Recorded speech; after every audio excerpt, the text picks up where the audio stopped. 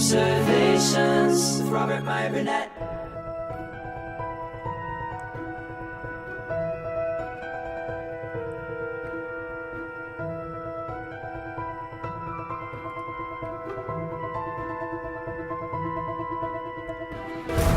Well, greetings, imagination connoisseurs. Once again, it is I, your Duke of Dope Discourse, your master of fun and wonder, your viceroy of verisimilitude, your sommelier of sci-fi and cinema, your archbishop of Banterbury, your evangelist of the imagination, your existential Mr. Rogers, me, Robert Meyer Burnett, and I am Robcasting at you.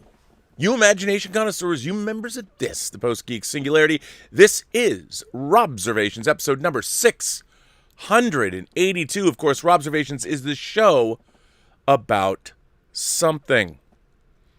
And today's something is, are movies still relevant? Like, after they've come and gone, do they resonate? Do they echo through eternity like Maximus said? I wonder. Cinema's only been with us for 100 years. I always wondered to myself, 1,000 years from now, will movies exist at all, or will they have all turned to dust? Will they be preserved on glass forever? Some kind of glass chip that can hold the entire film library of the planet Earth in one little, I don't know, however that's going to work. Don't know. Could happen. But I don't know. And if they did last for 1,000 years, like, for instance, if you were in the 32nd century, not that I'm really interested in watching anything that takes place in the 32nd century. Oh, wait. But if I was, then maybe I would wonder, are movies still around? I mean, we don't even have a lot of art or books or things preserved 1,000 years back. I mean, we've got some things. We've got buildings. Pyramids were already ancient when Rome was at its height. So some things stick around, but will movies? Will they matter? Will they mean anything? These questions are the things I ponder. And I wonder, I don't know. I mean, I do know that there's a lot of people, and I read these things more and more, either they're culturally irrelevant or they're problematic or people think they're boring and overrated, modern audiences, that is, that some films that are classic movies, they're not that good. Citizen Kane's not that good. Really? Now, one of the things that I discovered when I was at USC, when I was at film school at USC, one of the interesting things was there was a class taught by Drew Casper. A lot of people know Drew Casper if you've been to USC, very famous teacher there. I took a classic film course. Well, it's not classic. It was an introduction to Cinema 190. And in that film course, I saw a lot of movies, all projected, by the way, at the beautiful Norris Cinema on the USC campus. They had, yes, a real movie theater, a big movie theater, beautiful. I haven't been there in quite some time, but I used to go there all the time for Academy of Science Fiction, Fantasy, and Horror film screenings. But I probably haven't been to the Norris Cinema in 10 years. Haven't been there. I hope it's still there. It probably is upgraded. But one of the things that was great about being in film school at USC is that you saw movies as film prints on that big screen. And I was able to see a few movies that I had never seen before. All About Eve, for one. Best Picture in 1950. I was blown away by All About Eve. Now, one of the things that I've always thought about movie-going is we're not really taught how to watch movies. Like, no one teaches us. Is it something that should be taught or can be taught or is taught? Well, like anything, if I walk into a museum, I can enjoy the paintings on the wall. I can look at them and be like, oh, those are beautiful paintings. But if I know something about the artist and I understand the era in which the paintings were painted, and I know a little bit about where they were painted and how they were painted and who maybe commissioned them, the more information that you have about something, when you actually experience it, it becomes a richer experience because your knowledge of what it actually is far, far more extensive, which means you're not just looking at a painting, you're very aware of its historical context and all of that. Now, the question is, does that matter? Does it matter if you are aware of the historical context? On one hand, the answer has to be no, because not everybody what are you supposed to do? Read hundreds of books before you go to the museum? I mean, it might help. And usually a museum is curated to a point where you can find something out about what's going on there. There's usually a plaque, or you can get a book or a pamphlet or something that gives you a deeper understanding of the artist and their intent and background for the painting, that kind of thing. I think the same is true of cinema. The problem is most people don't want to do that. So what you're left with is, does the painting stand on its own? And I have been very moved and taken aback being in museums looking at paintings. There have been some images that are incredibly striking, and they affect you based on whatever it is about them that is affecting you. What emotional state does a painting put you in, or a piece of art put you in? And as we've always said, or as a lot of people say, that, well, all art is subjective. I don't believe that. I've always believed that there is a certain objectivity in great art. Because I do believe, whether it's, Jungian, or it's a sense memory thing, I think as we go through life, there are things about human life that are the same with all of us. First and foremost being our mortality. Our lives are going to end. And we know they are, whether we're hyper aware of it or whether it's something that's in the back of our minds, we don't want to deal with it until later. But we know our lives are finite. That is a truth for everyone. And if that is a truth for everyone, that means that it doesn't, there is no subjectivity there. It is an objective truth. We are all going to die. And with that objective truth, it doesn't matter who you are, where you come from. We all have an understanding of that, which means that if you are creating artwork, or you're doing something, whether it's a story, a painting, but let's just say it's a painting or a piece of music or something, and it's about mortality or the preciousness of life, there is certain things in there that all of us can understand. There's certain truths that are objective truths. And I believe that that is true of art, and specifically film as well. I think the great movies have objective goodness in them, the same way I believe that certain art is objectively great. A lot of people say, well, art's subjective. No, what I believe is that your opinion of art is subjective, and your opinion does not affect the objective greatness in certain art. Now, the fact that you either recognize it or don't, that's up to you. That's why everybody's different. That's why your taste, everyone has different taste in things, and which is great. That's what makes life worth living. That's what makes life different for everyone. And it's exciting when you can compare notes, and people like one thing, some people like vanilla, some people like strawberries, some people like chocolate, and some people dig Neapolitan. Whatever. It doesn't matter what it is. But that doesn't mean that, and I believe this, that there is an objective truth that is inherently in things. And whether you choose to recognize them, whether you even can recognize them, well, that doesn't take away from the fact that I believe that there is objective truth that comments on the human condition. And I feel that way about storytelling. I think that there are objective truths in storytelling. But the problem is, storytelling is, of course, it's subject to fashion and whim. And I almost spilled my Pellegrino, which would suck. But so we don't, like, if I look at a piece of ancient art, the context is lost on me. And I'll never understand the context because I didn't live in that period of time. So I am less aware and less understanding of what it is I'm actually experiencing.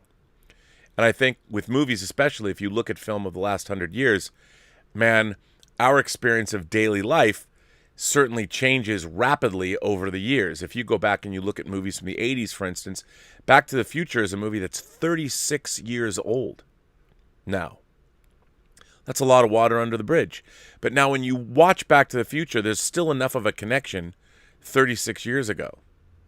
But, I mean, if you think about it, if you were watching Back to the Future, that means that All About Eve, that came out in 1950, was 35 years away from Back to the Future when it came out.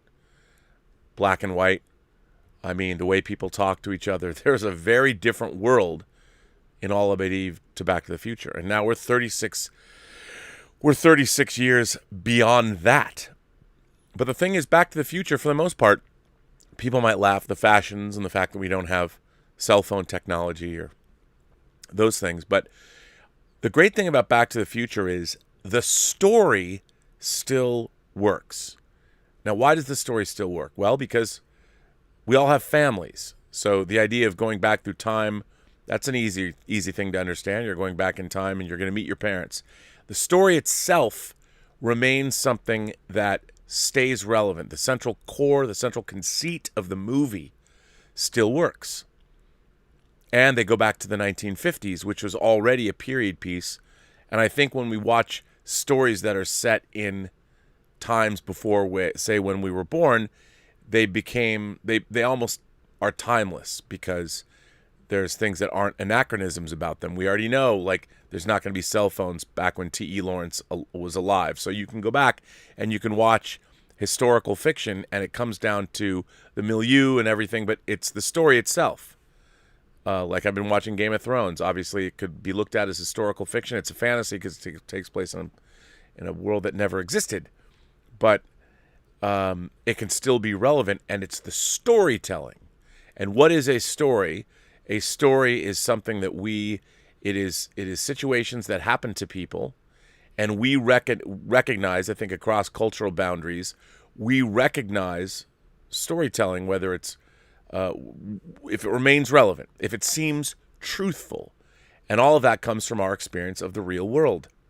All of our understanding of stories come from how do our own lives unfold, and we understand the basics of storytelling, the myths.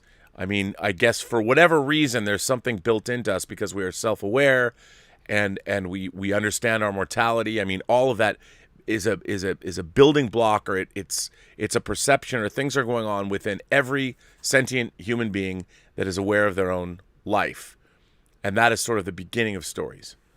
And when we compare and contrast, all of us have these experiences together, so we can recognize the greatness of storytelling, because stories either seem true or false to us based on the kinds of things we've heard from other people going through their lives. The details are different, but the idea is the ideas are kind of the same, and they've been the same since I think humans became self-aware and understood the passage of time.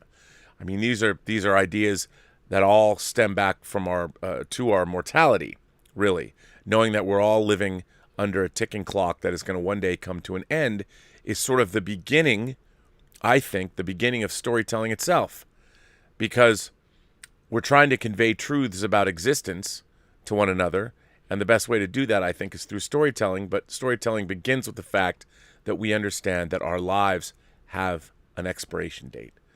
So anyway, what does that have to do with anything, really? Except the fact that I'm always being asked by people, or being told, Rob, I was watching this classic film and it's not that good. And I find it very interesting. A lot of the time, my experience with something like The Godfather, that's my favorite film. I've told this story on the show before. I owned The Godfather. As a matter of fact, I owned different iterations of The Godfather on Laserdisc. I think I'd bought at least 2 different iterations of The Godfather. I'd never watched it. Never watched it. Owned it. Never watched it.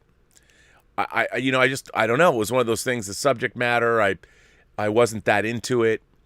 And I think I was 22. And I finally sat down. Yeah, you know what it was? I know exactly when it was. It was about 6 months before Godfather 3 was coming out in 1990. So this was 31 years ago. I was here in L.A. I was living in Los Feliz on Kenmore at what we called the Kenmore Clubhouse, between Kenmore and between Franklin and Hollywood Boulevard in Hollywood. And I lived in that building for 5 years. And I had a pretty great apartment. It was tall ceilings on the top of the building, and it was a swanky, hip-happening bachelor pad that I was living in. And I had The Godfather, and I knew I'd been reading about Godfather 3, and I figured, it was one of those things. I owned it.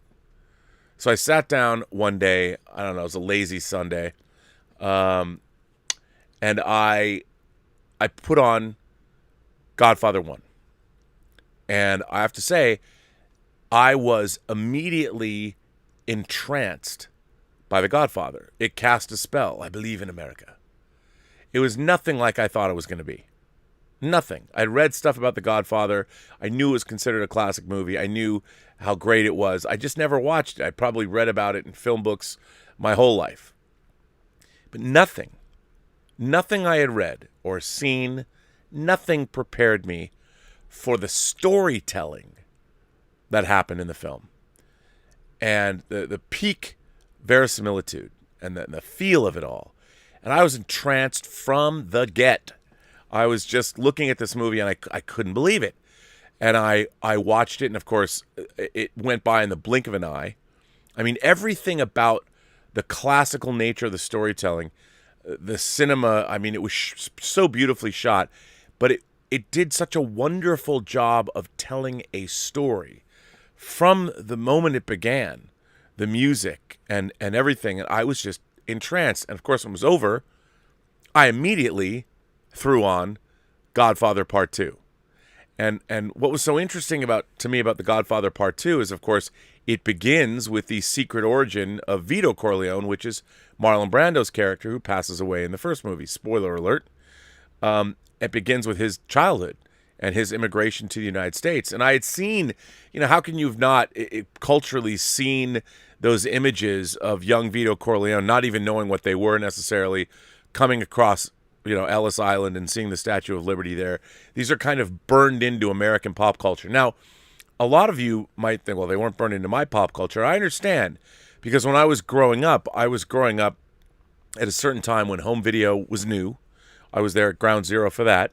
So I was working, and you couldn't be working in home video without seeing posters for The Godfather and hearing about The Godfather. And if you're a film fan, as I was, The Godfather loomed large. There's a lot of movies that loomed large. There's a lot of directors that loomed large. So when you really started to get into things, it was all part of it was part of being a movie fan.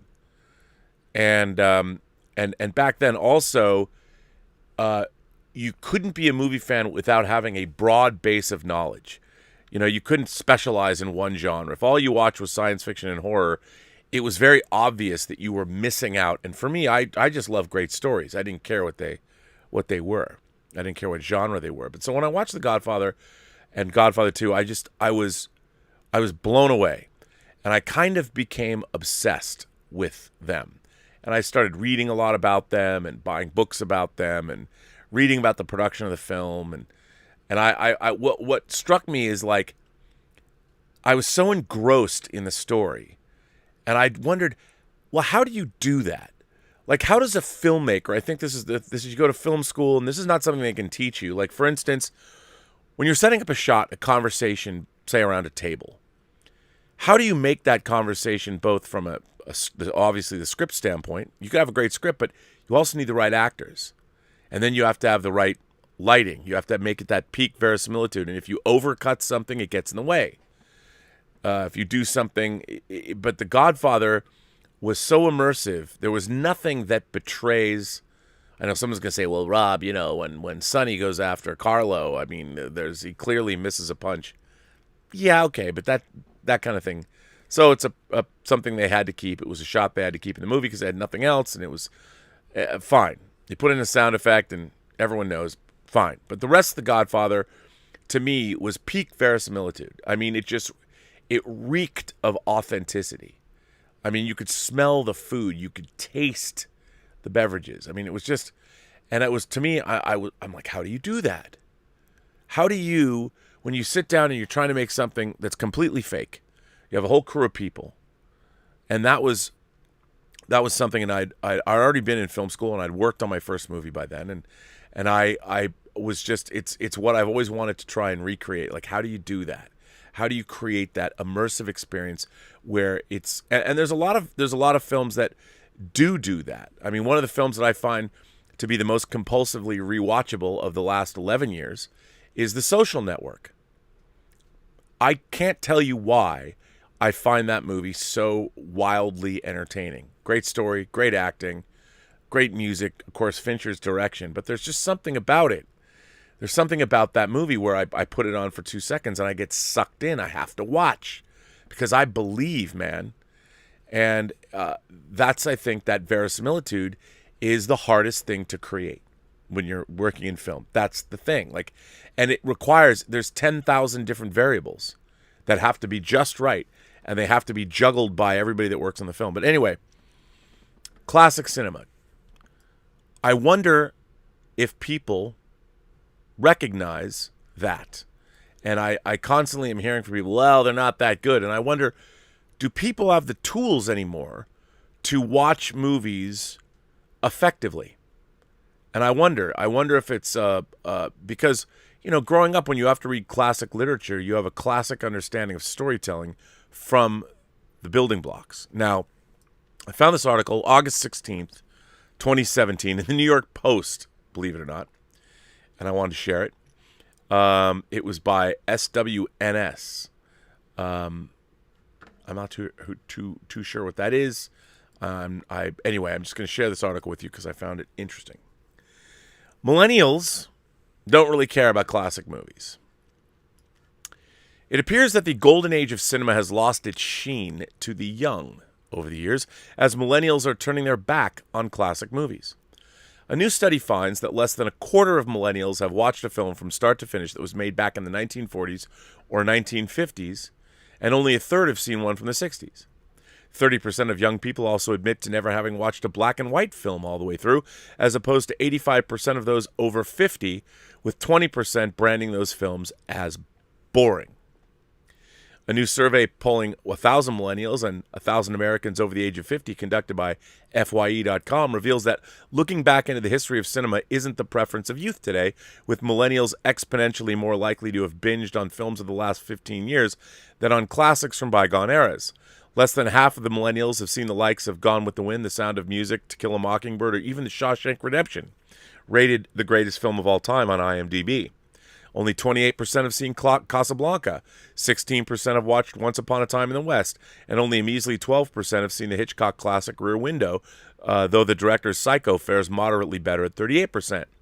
On the other side of things, some over 50s appear to have the tendency to stick to their old classics and ignore new cinema altogether, with 1 in 10 admitting they aren't sure if they've seen a film newer than 2010, and 8% straight up saying no, they have not.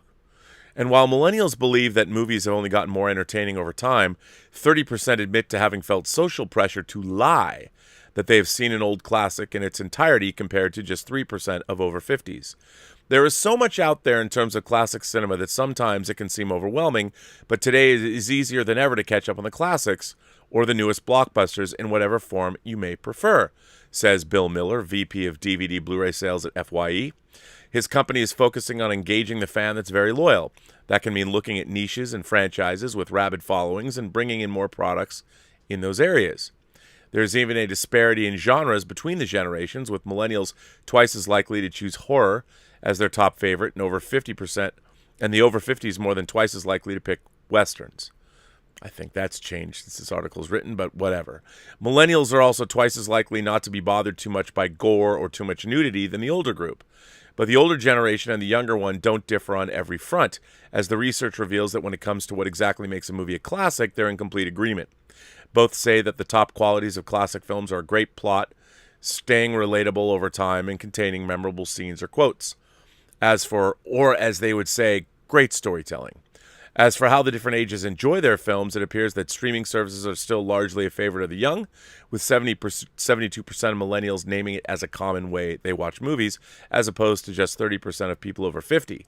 Younger people are also more likely to enjoy films in the theater, on DVD or Blu-ray, or illegally downloading online. They are only topped by over 50s when it comes to watching films on cable or TV.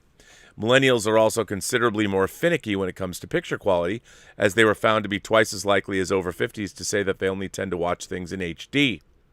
We want to offer fans movies they love in any format, DVD, Blu-ray, 3D, and 4K, and whatever may come next, Miller said.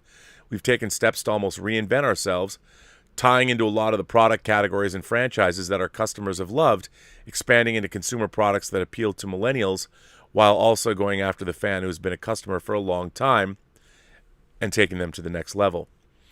Top 10 most common movies millennials have seen: The Lion King, Forrest Gump, Back to the Future, The Dark Knight, The Matrix, The Lord of the Rings, Terminator 2, The Lord of the Rings, Silence of the Lambs, and The Godfather, 55%. I don't think that's true.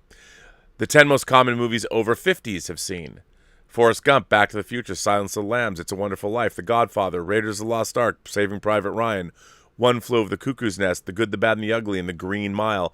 None of those movies, if you look at these movies, other than It's a Wonderful Life, came out before 1970. Oh, wait, The Good, the Bad, and the Ugly was late 60s, but that's it. So you're missing from both of these lists movies that came out before, say, 1965. Now, that was in the New York Post. Then I found this article. Millennials do care about classic movies, but need more exposure to them.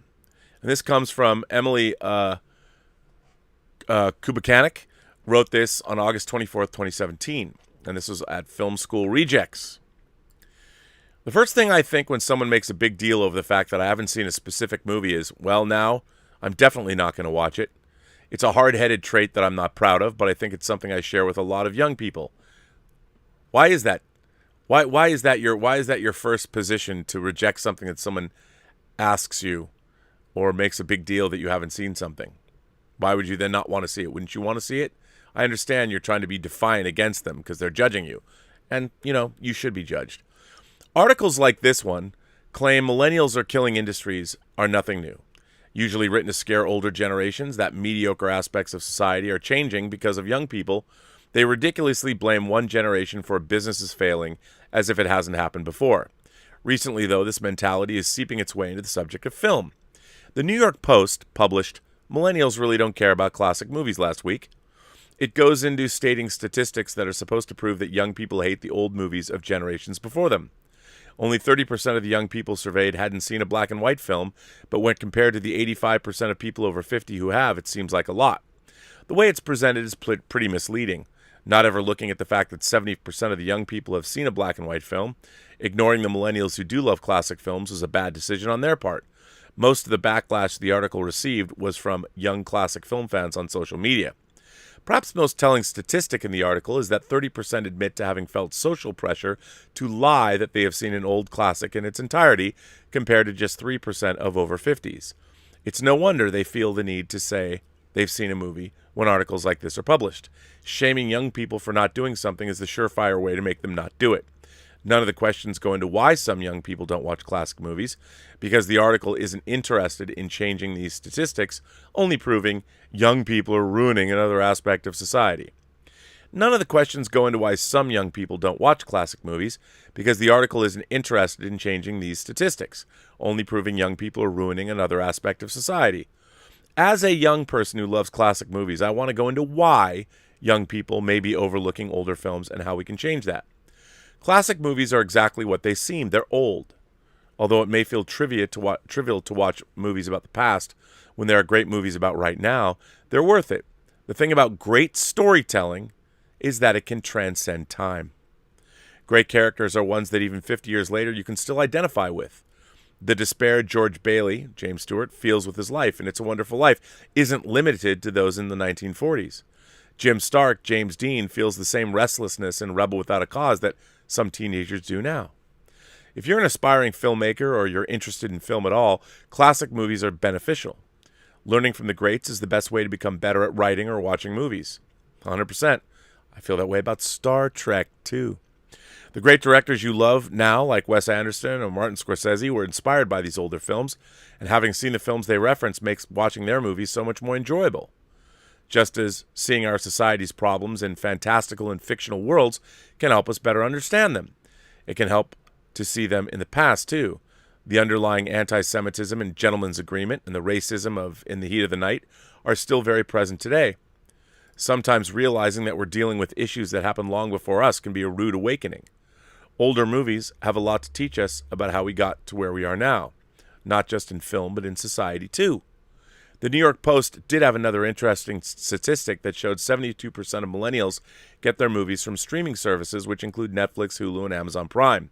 These services pride themselves on providing the latest content, so that leaves little room for older films, especially on Netflix. One of the reasons young people don't watch older films, especially on one of the reasons people don't watch older films is because the place millennials watch older movies or movies isn't providing any exposure to older films. Our own Ciara Wardlow wrote about Netflix classic movie problem in depth. Lucky for those who don't know where to start, there are plenty of better services that do expose you to older great films. Cable TV station Turner Classic Movies is how I got into older films when I was flipping through the channels one day. I stopped when I saw something Christmas related and ended up watching I'll Be Seeing You all the way through. They give great context to the movies they show, and that is very helpful when you're a newbie to classic film. For those who don't like watching real TV anymore, they all have movies play on demand as well.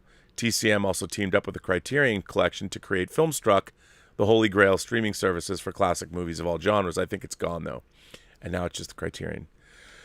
Free options include Canopy, a streaming service free with a library card or most school logins. If you want to build a watch list while learning about the history and scandals of classic films, listen to the podcast You Must Remember This. It covers everything from Marilyn Monroe's life to the movies that were the result of the Hollywood blacklist. Just like any interest, social media is a wonderful place to be exposed to classic film. And this goes on and on and on. But for the most part, the point is made. See, I don't necessarily believe that millennials aren't watching classic film. I don't necessarily think millennials are bad. No, they're not. And I think I've read enough articles to show that even people, more so Gen Z, people are looking at everything now. Because of the internet, they're going back and doing deep dives. And if you're really interested in things, you can find a lot. I think the only problem with our culture is less and less people are really interested in much except what's in front of them. And I think that's a function of our modern educational system. We're not teaching that education is good for its own sake. When I was at film school, one of the things that struck me, I remember I saw Robert Altman's Nashville for the first time. Not a movie I owned, but I'd heard all about it. You know, Robert Altman, I didn't know. Robert Altman was kind of a blind spot. I'd seen MASH, but I hadn't seen a lot of his other movies. I'd seen MASH, and I obviously had seen The Player. Actually, I hadn't seen The Player yet because it hadn't come out yet. I was at USC. The Player came out the same year I was at USC, 89. And I remember watching Nashville, and I was kind of blown away by it. You know, the overlapping dialogue and the Altman style. And I thought to myself, how can I have not seen this movie already?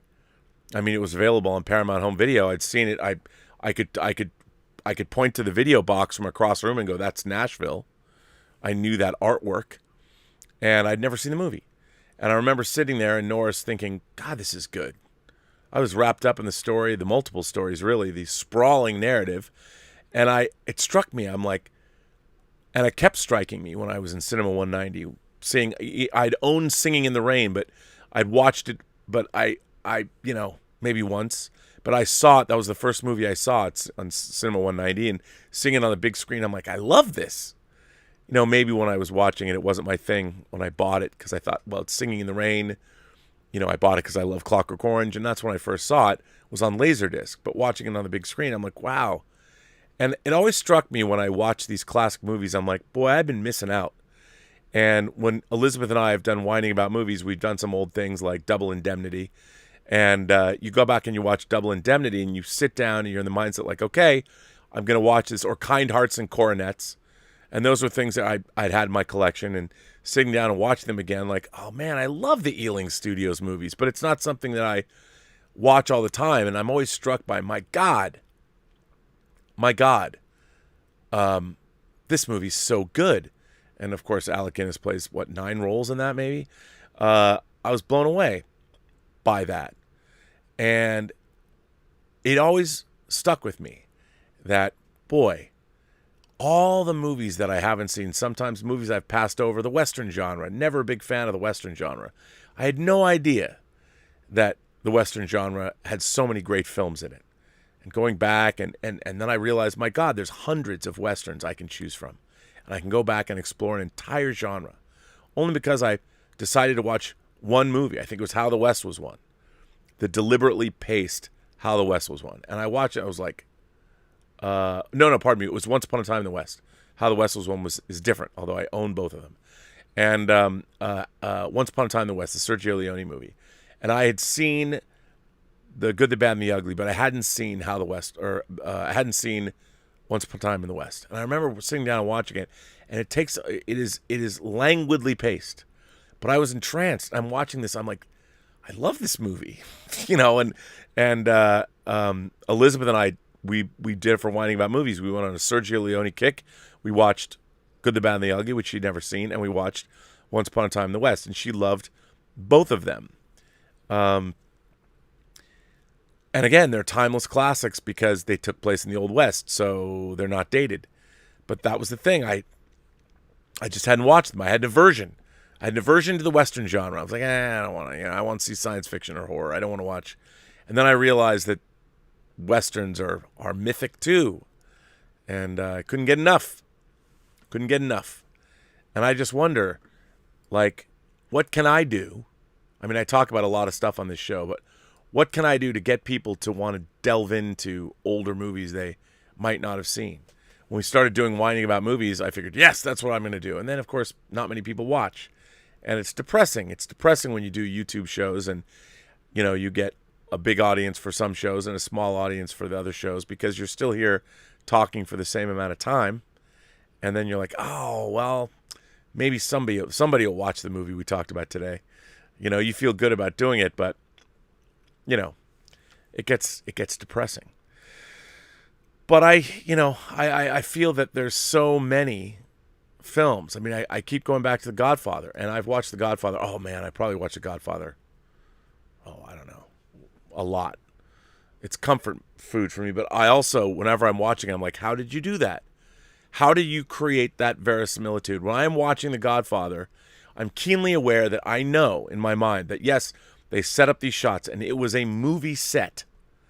But, like, from the film, the film stock they actually used, to the lighting, to the performances, to everything. And yes, there's always these classic lines. But even when you think about the scene where Michael Corleone kills Sollozzo and the police captain, and you're still struck by this. Seems like it's really happening in a place because it doesn't look like a movie. It looks like this really happened. And is that because the camera was here as opposed to here? I mean, I'm obsessed with that. That's verisimilitude, creating that in the frame. How do you do that? I wish I could have more at-bats because I have a lot of thoughts. So we shall see if I get to direct another movie again, if I can put that forward. But The Godfather's my favorite movie.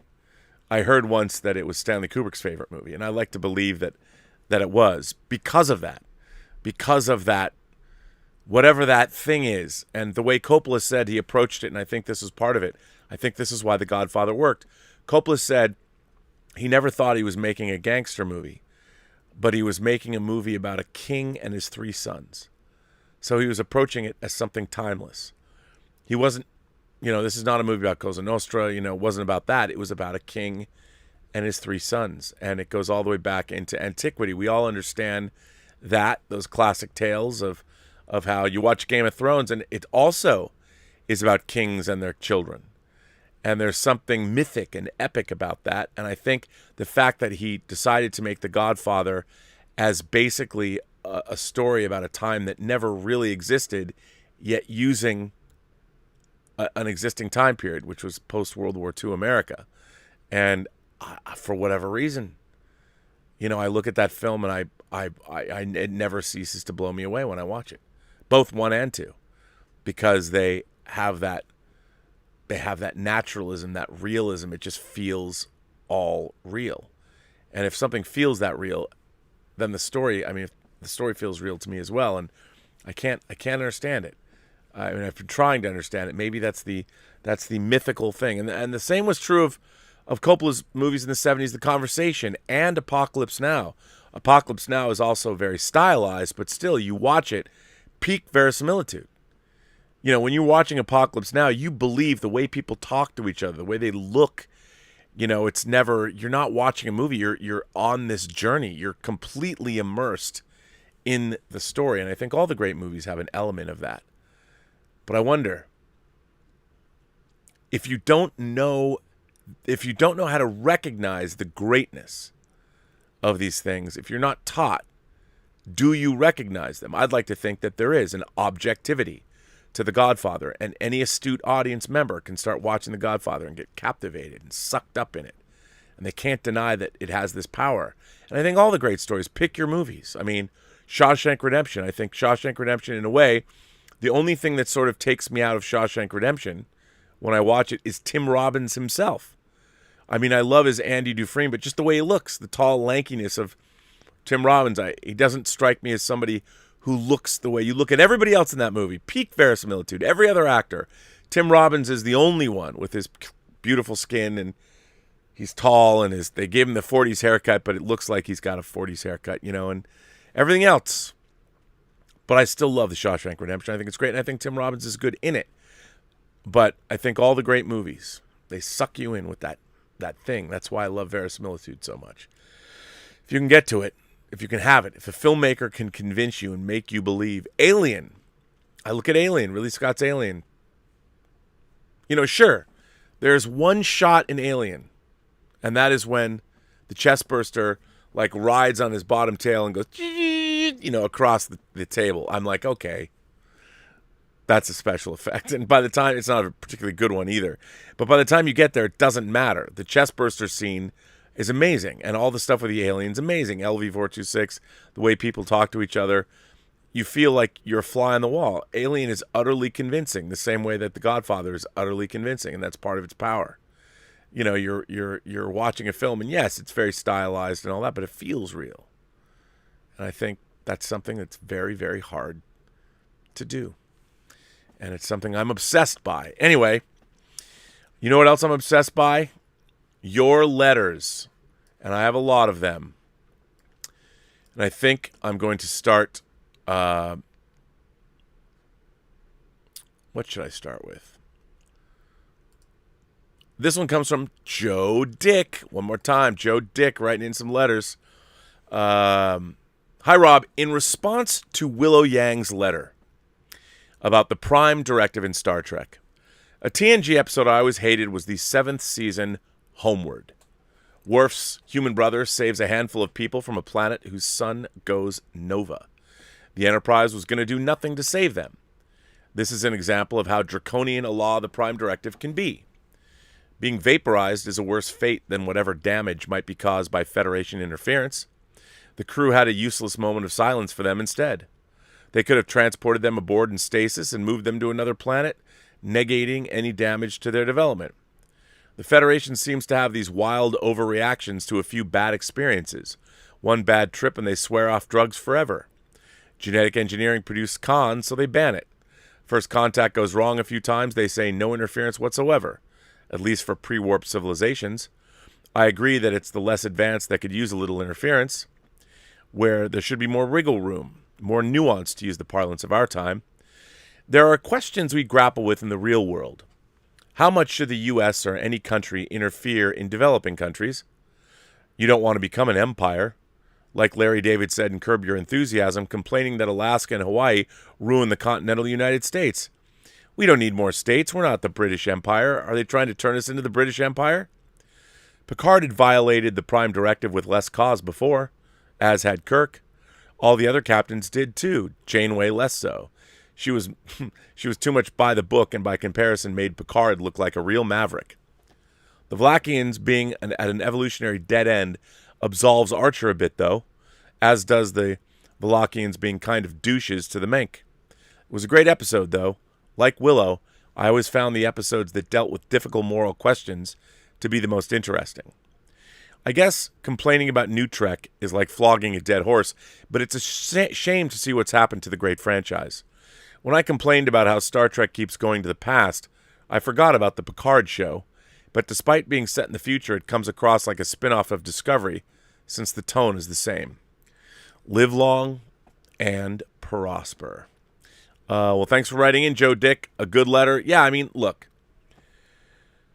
Obviously, when dealing with things like the Prime Directive, there's episodes that do it well and episodes that don't do it so well. I mean, it's an interesting kind of rule to have, but I don't think that it works all the time. So definitely not something. It's not very consistent. But I think the idea behind it, like, look, what if strangers from the sky came in and you landed a spaceship in the middle of ancient Egypt? What would that have done to the Egyptians? It certainly would have changed. Their path would have been irrevocably changed. Where would they wind up? And would that be a good thing to interfere? I mean, it would definitely be different.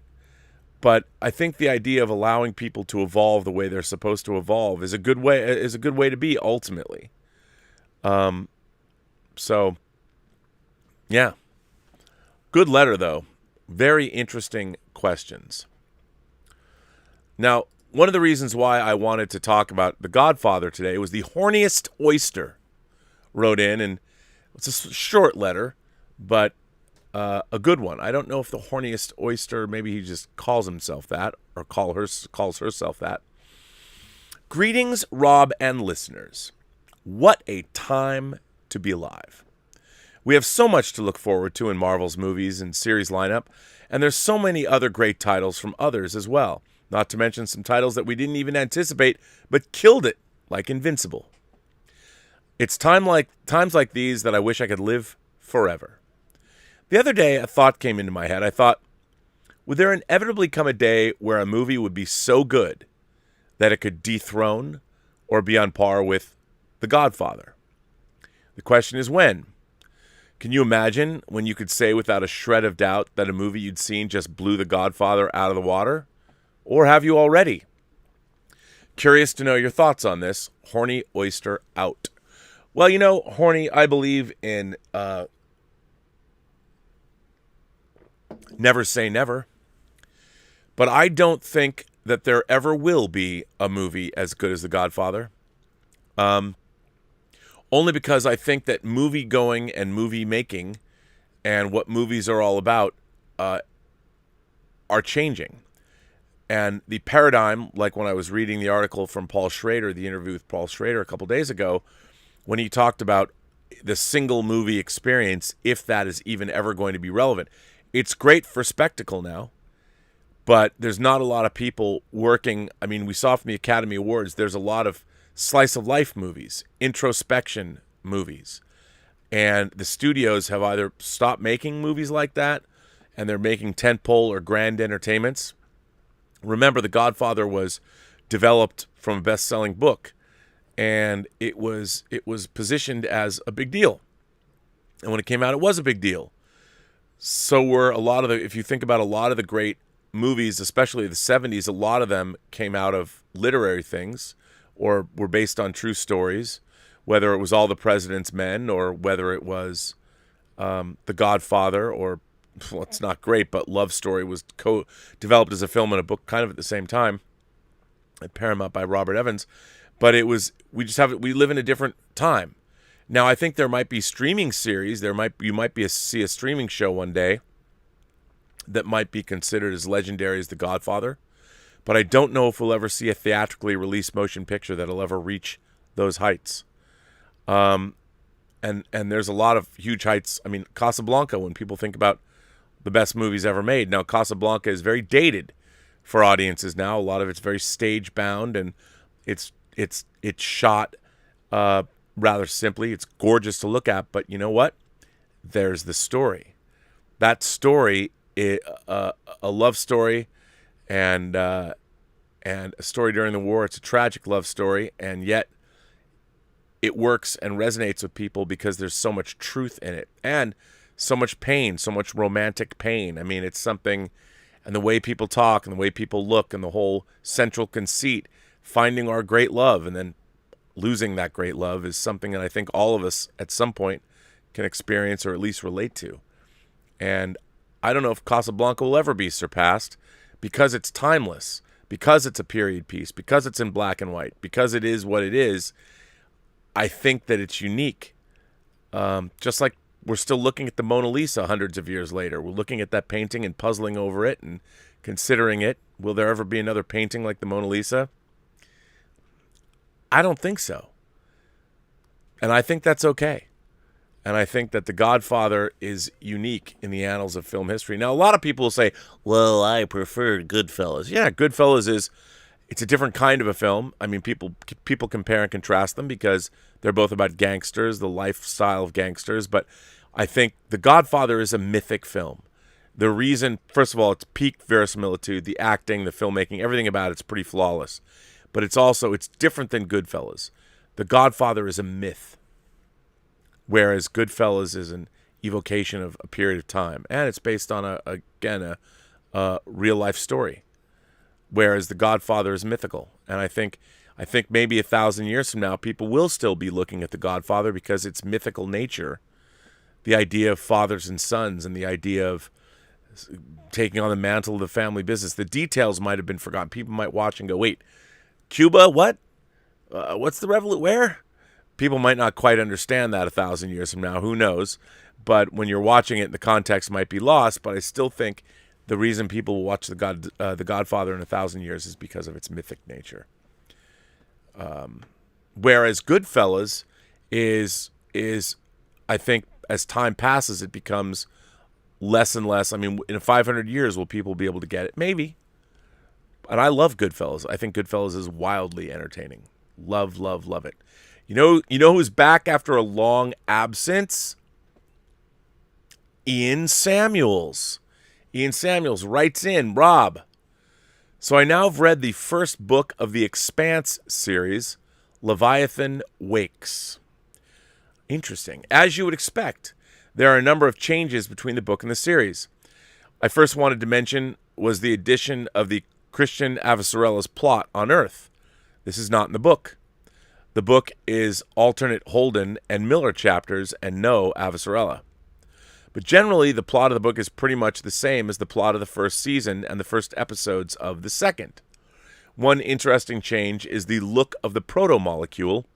In the TV series, we get the glowing blue stuff, which works well for TV, but in the book, it is described closer to the look of the black oil alien stuff that was in X-Files, described as a greasy brown oil-like substance.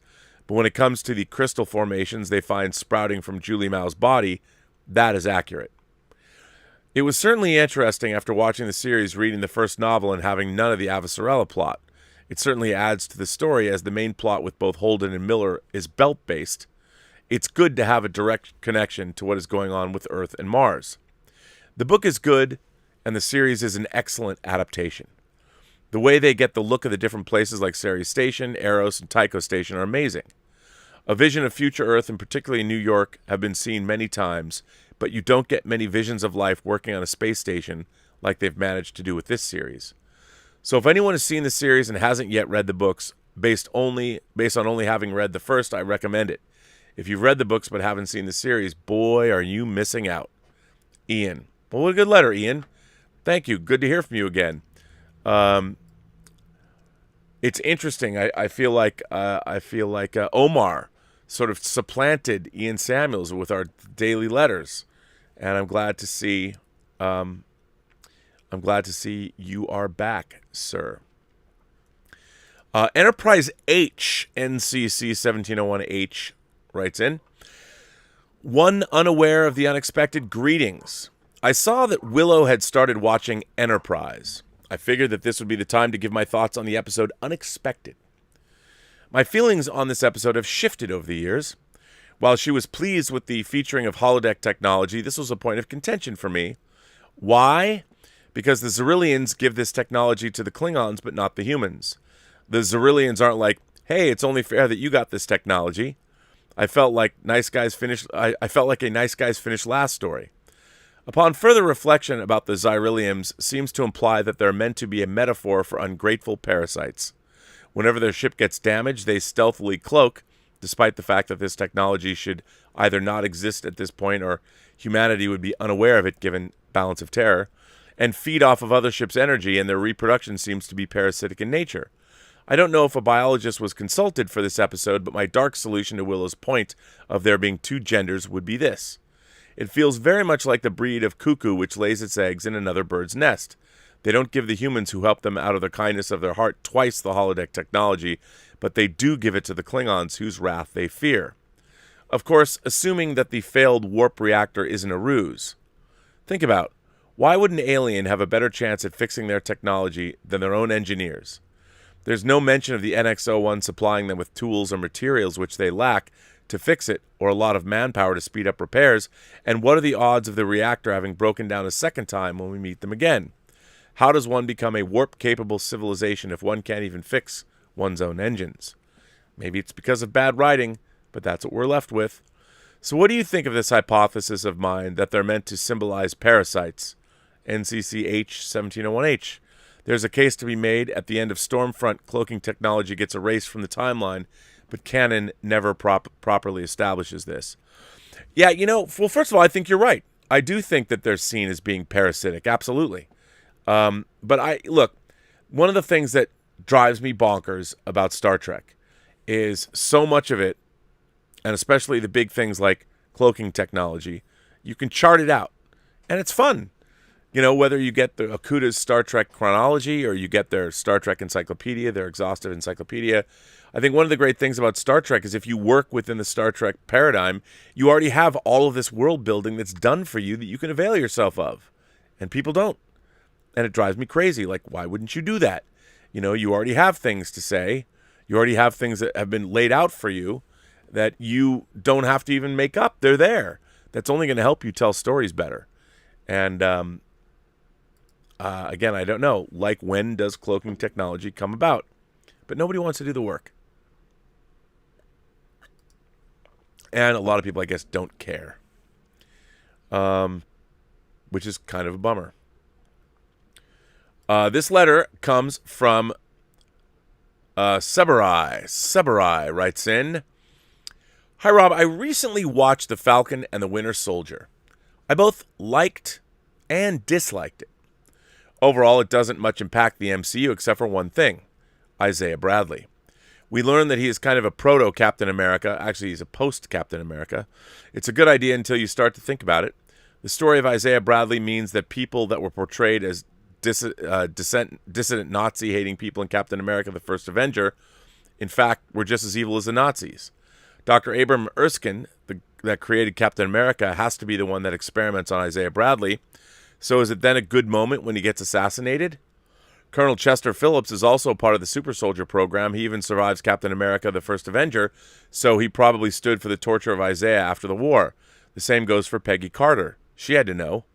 According to The Falcon and the Winter Soldier, I cheered for evil people during Captain America, the First Avenger. It ruins the movie for me. What do you think? Am I crazy? Anyway, I love your show. If I watch as many as you do, I would finish Netflix in no time. Sebarai." Well, you know what? I looked at it this way. I would have thought that Erskine's work might have been adopted by the greater military. There was probably people in the greater military that we didn't meet that were now experimenting with the super soldier serum. So I don't necessarily think it's people you met in First Avenger. So I think you can once again watch the movie and not feel bad about yourself. But again, I think other examples of, look, obviously, we have the Tuskegee experiments. Real black American soldiers were experimented on in World War II by the United States government. So whether people knew or didn't know, some people knew. And I'd like to believe that our characters that we know already weren't part of it, but they were using the tech. Maybe it was more of a clandestine cabal. Maybe it was Hydra had already infiltrated by then and it was Hydra looking for it. But I think you can get away with believing that it's people you like. They didn't do it. They didn't do it. Jeffrey Brown writes in, "It's me, Jeffrey, writing you a letter because I have some things on my mind about the news and the forthcoming Black Superman movie. First off, I want to say that I'm very skeptical about it, and after hearing and reading the news on Twitter and YouTube from various sources and reading the chatter on Twitter, it makes me feel unease. I already didn't like Henry Cavill as Zack Snyder's depressed murder Superman who's one death away from Lois dying and joining Darkseid as Darkseid's pawn in those movies and basically destroying Metropolis in his first battle as Superman against Zod and his army. It's a take on Superman that felt like he's closer to Homelander and Omni-Man and how apathetic he is to humans around. And after getting burned by all that, I'm now very skeptical about what the tone of this new Black Superman movie will be.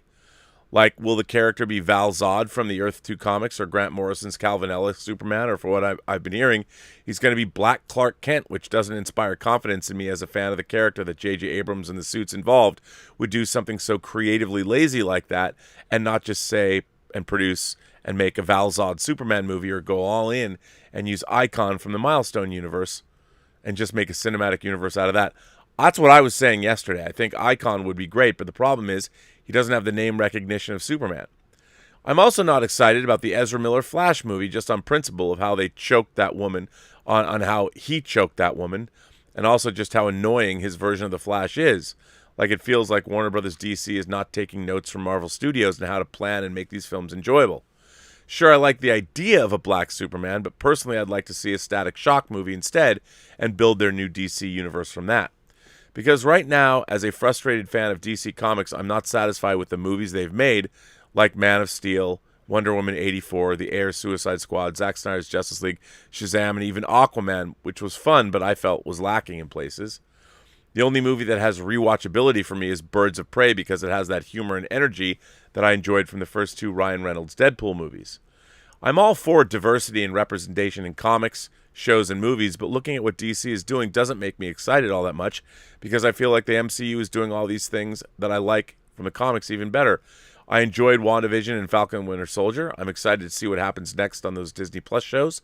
Hell, I'm excited to see what happens next on Loki, What If, She-Hulk, Miss Marvel, Moon Knight, Armor Wars, and the Wakanda series they're putting together. But with DC, it seems like I only have now Doom Patrol to look forward to because the show embraces its comic roots for being weird, and I like that. I still haven't watched the new Superman and Lois show yet. I'm still watching Batwoman to see where it's going, and Supergirl too. But I'm tired of movies with Batman in them right now, and I didn't like Joker either, so I'm not going to watch Matt Reeves' Batman anytime soon. In other news, I just finished writing and drawing a 4-page comic submission I did for an online comics anthology called Decoded, for queer creators to showcase their horror and sci-fi fiction. I'm really feeling good about myself and the work I've done. I even drew the cover if anyone in the chat would like to read my story and support queer creators like myself. Here's the link. All right, Jeffrey, I'll put it in the link. Here is a link to Jeffrey's, what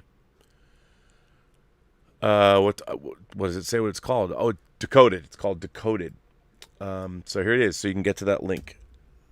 And that would be to support queer creators and hopefully just great storytelling. Thanks for reading my letter, Jeffrey. In parentheses, he goes by they or them pronouns. Oh, well, first of all, thanks for sending that in, Jeffrey. I mean, I understand, you don't like the direction it's going in. It's different from what you're used to, but sometimes I think maybe we should, give it a chance, perhaps, maybe.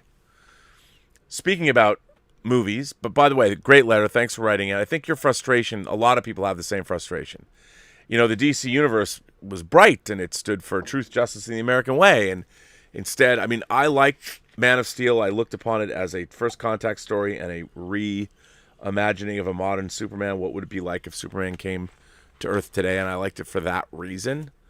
But I can understand why people didn't like it because it certainly doesn't connect with that classic ideal of what Superman is. Omar94 writes in and says, "Hey, Rob, moderators in the Post-Geek Singularity. May 6th, 2021, that is today, marks the 10th anniversary of Kenneth Branagh's directed Thor, which came out on May 6th, 2011. Having been in development hell since 1991, Thor finally made it to the big screen in 2011 under Kenneth Branagh's direction, and after previous attempts from people like Sam Raimi, David Goyer, Matthew Vaughn, Guillermo del Toro failed to move forward. As part of Marvel's Phase 1, this was the fourth film in the MCU following Iron Man, The Incredible Hulk, and Iron Man 2. Thor would then be followed by Captain America, the First Avenger, and The Avengers, which ended Phase 1.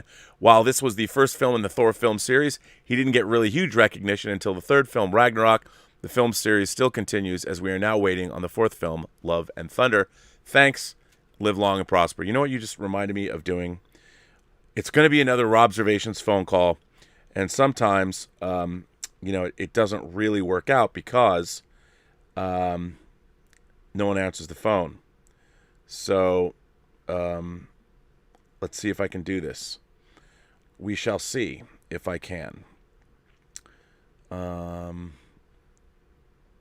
I'll try. See if I can call him. If he'll answer. He might not.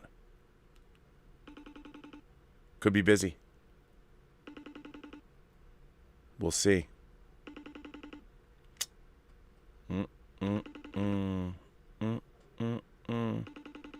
Well, I'll send him a message. Have him call me back.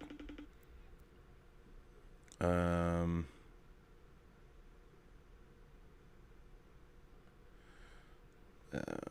going to put you live.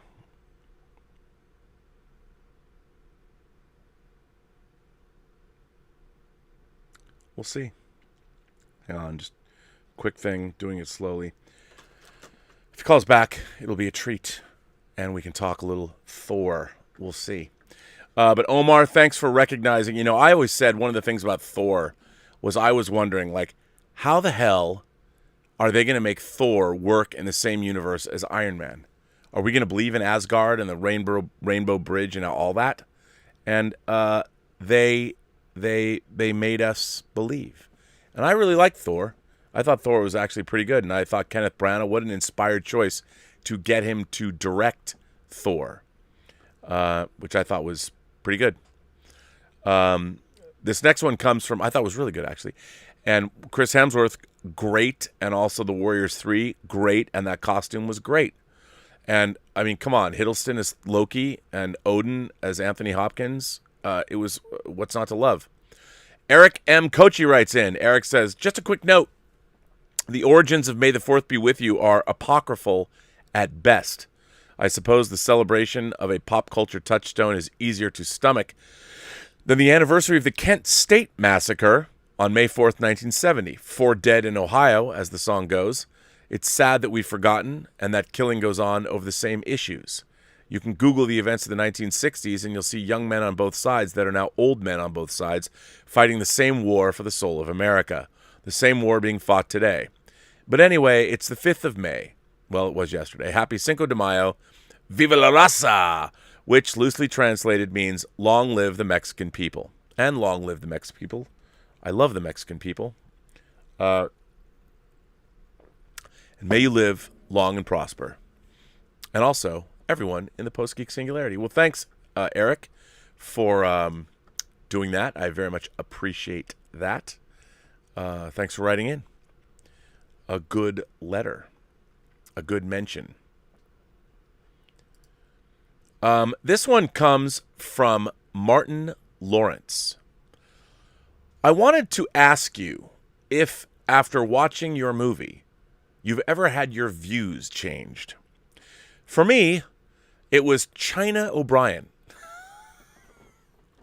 China O'Brien, 1988, with Cynthia Rothrock. Up until that point, all of the action movies I had seen had women as cannon fodder or helpless victims. It was a revelation to see her kicking more ass than the men. I would love to get your thoughts. Sincerely, Martin Lawrence. Well, that's interesting. Look, I mean, I have to say, like, what about growing up with movies like Alien and Aliens with Ripley kicking ass? But I know what you're saying. I mean, you're finally watching a woman with martial arts, but you probably hadn't seen Ninja 3: The Domination. But no, I would say that movies, good movies, there have been many movies that I think have made me think about things, maybe change my mind. Certainly, I think overall it was a slow burn, but I think a lot of movies, the movies that I've watched, have made me literally a better human being. Because, I mean, I can't necessarily point to one that had such a profound impact on me that I decided to change my entire outlook on life. But I think there are a lot of movies collectively that I'll tell you this. I mean, when I saw Platoon, Oliver Stone's Platoon. I took a date. We saw it at the Cinerama in Seattle. I mean, it was harrowing. I realized I never want to go into combat. I don't know if I'm certainly not built for it. Maybe if I went through basic, I could handle it. But my God, the siege in that movie, the battles in that movie, especially the end, was like you're watching a horror movie. It was crazy. I mean, I could survive a zombie apocalypse, I think, but I don't ever want to find myself in that kind of combat. I knew that, but that didn't really change my views. I probably thought that was already the case, but seeing Platoon really made me believe. But I like the fact that you saw Cynthia Rothrock and she told you that girls could kick ass. That might have been Sybil Danning as Saint Exmond of the Valkyrie in Battle Beyond the Stars. I realized that buxom pinup girls could also pilot starships and kick ass fighting in interstellar combat. So, hey, maybe that was something that changed my views. But I don't think I disbelieve that anyway. But thank you for writing in. I love that. Cynthia Rothrock, which I love. Now, here's a letter from Donnie Pearson. Donnie Pearson says, "Hello, Rob and fellow PGSers. Well, there may be rumors that Netflix may become America's exclusive home to the Power Rangers after a decade on Nickelodeon, 8 years before that on ABC Kids, and 9 before that on Fox Kids. In an interview with iHeartRadio, Chance Perez, who portrays Black Ranger Javi Garcia, pronounced Javi, has stated that Season 2 of Power Rangers Dino Fury may stream on Netflix. If that is true, then Season 1 of Dino Fury may be the final season of the Power Rangers to air on Nick. While I've missed watching Nickelodeon on cable, I am looking forward to a new era in the Power Rangers when Season 2 of Dino Fury streams on Netflix. Of course, I respect the opinions of those who call nonsense on what I've stated. Thoughts? And may the power protect you all. More phenomenally yours, Donnie." Well, Donnie, listen. What the Wheel of Time is to Stubble McShave, the Power Rangers are to you, Donnie. And for me, all I want is for you, because you're part of the community. I don't care what anyone else says. I only care what you say. So you are the official Power Rangers guru of the Burnettwork. Kaz Graphics, he's our cheesemonger. You know, Julius Goodwin is our sommelier. Claude and Candida are our first couple.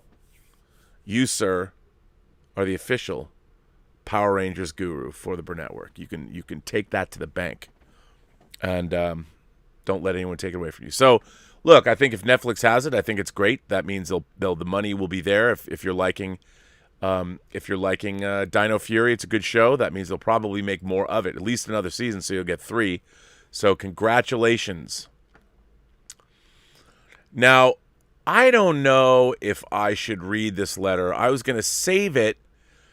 You know what? I'm going to save this. No, I'm going to read it here anyway, because, you know, if you listen to last week's Midnight Metal, we had a long conversation about sex with aliens, which is an offshoot of this show. Would you have sex with aliens on this show? And I got to meet she was on Midnight Metal, and has written me a letter. It's stated for Midnight Metal, and I'm going to read it on Midnight Metal, but I'm going to read it here too because it started here. So, says, "Hello, Robert. Last night you asked your viewers what type of alien would they want to have sex with, which I found intriguing to no end, and I'm still thinking about this. All right. I'm a woman, and I noticed that at least one woman answered your question, but I didn't because I was listening while I was in bed, as I normally do because it's the middle of the night here in New York when you broadcast. Overall, the concept of sexual desire in sci-fi clearly fits well, and I love the thought of having a close encounter with an alien species, like B.B. Newirth in the Next Generation episode First Contact. And Riker obliged her, which is pretty dope. This is all about sexual pleasure, and I strongly support the notion of interspecies sexual pleasure." All right. So I figured I'd share my views on this topic. A day or two ago, I was listening to a live stream, and I managed to join the stream where we were talking about the movie Heavy Metal. I told my fellow streamers how much of a guilty pleasure the animated film was for me, and how many times I watched the film and how its overall sensuality was perfect. My favorite character in the series was Den. What a surprise. The young man who becomes a superhero or super being in another world and does impressive feats without being the bad guy. Brains and brawn combined to create a character who is very sensual, and a character I want to be with. All right. But the animated film doesn't stop there, as it also addresses another character, the modern woman in the 1970s and 80s, who has a robot as a boyfriend, which reminded me of WandaVision in a way. If I could find an AI like Vision or like the robot in Heavy Metal, would he tempt me enough to commit being with him? The answer would be yes. And then looking at other media, for example, the video game Mass Effect Andromeda has some very appealing alien species, some more humanoid than others, like the Ansari. I would definitely want to be with. Star Wars Zabrak species, who are also humanoid, I really like. One Zabrak in particular, a Jedi named Kal Kendarak, grabs my attention. This alien Jedi is amazing and could also, like the Betazoids, maybe tell you how you're feeling and make things amazing, perhaps. For alien species that are not humanoid, I would give it a shot, but I would need a human male with me because I don't want to experience an encounter like that, stepping into the sexual unknown with a non-humanoid species, alone. While the idea of a Cthulhu is intriguing, I'm more fascinated and attracted to beings that are in other planes of existence, like in 2001: A Space Odyssey. So, could you possibly experience essentially unimaginable sexual experiences? Good question. So, I have a question for you, Robert. I have heard that there's going to be a remake or reboot of Heavy Metal. I don't know who will work on this project, but I want to fantasize a bit and ask you what you would do with a remake or a reboot of Heavy Metal if given the chance. I would expect nothing but the best from the purveyor of midnight metal. Thanks for the great live stream and take care. P.S. I love how you keep me up at night. And that is from... Well, I want to thank you for writing in. Very good of you. As for what I may or may not know about heavy metal projects, I have to say no comment on that. But if I was going to reboot heavy metal, I would love to do an anthology series. And the anthology series would be, I think, a combination. First of all, I would want to do it in different styles. Like the thing about the heavy metal movie, a lot of it was rotoscoped, and I like heavy metal. You know, I think it was fun to see. And when you're younger, it's like, ooh, boobs, Tarna, she's sexy. But with a heavy metal series, like if there was a heavy metal series, let's say a la Black Mirror, if it was an anthology, I would, like the comic, I would take all my cues from the magazine. And I would, first of all, the first thing I would do is I would scour the last 45 years of heavy metal, and I would find the best stories in the comic that I would want to adapt in the magazine, and put those aside and say, okay, we're going to, because there's rights issues, you got to contact the artists and all that.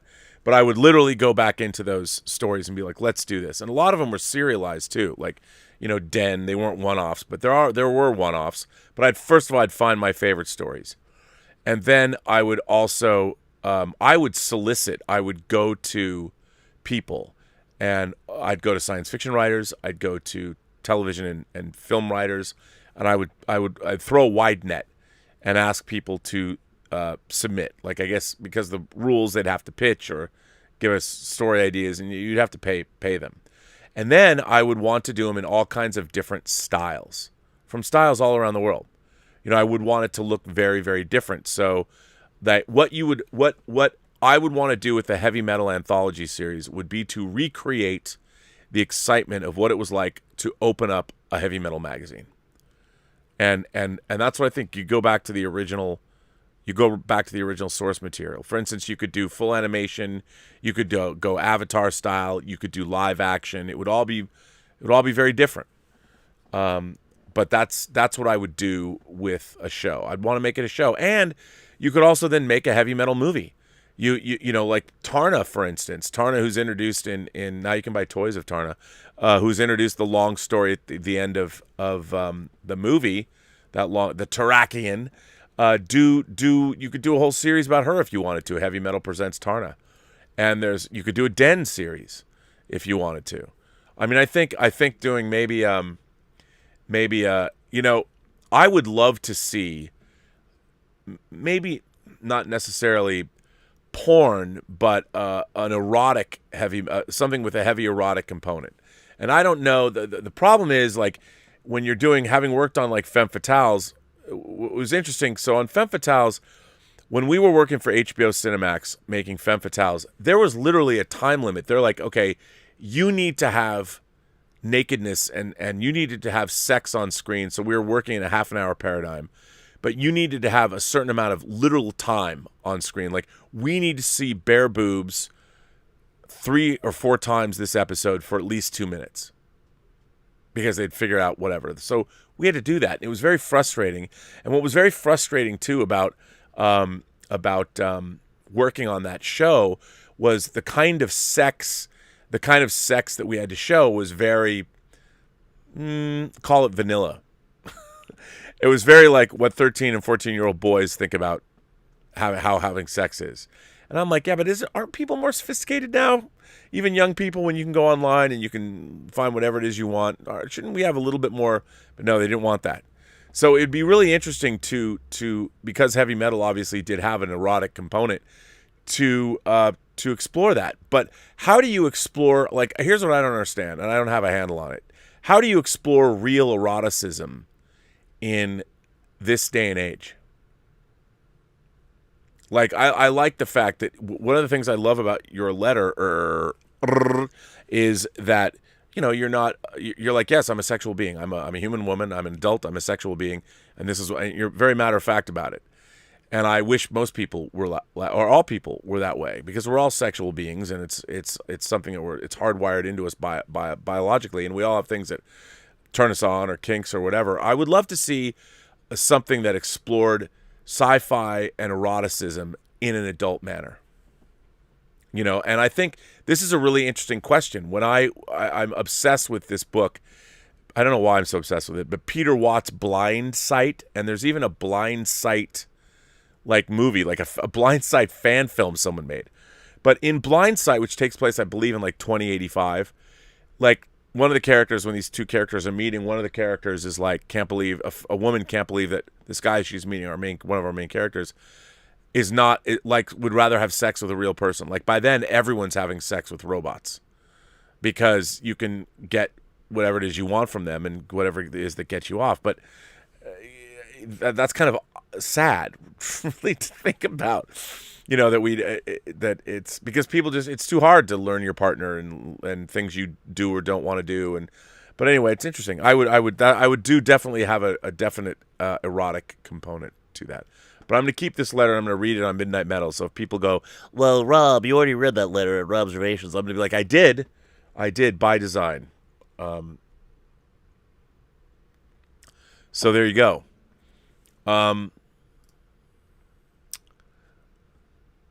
Let's see, what's next? This one comes from Dean Mikitich. Dean says, hi, Rob and the Post-Geek Singularity. I have just finished watching Tom Clancy's Without Remorse, which currently dropped on Amazon today. What can I say about this film without giving any spoilers? Oh, wait, hang on a second. Maybe. Hang on, yes. Just say 2 minutes. 2 minutes. Can you call?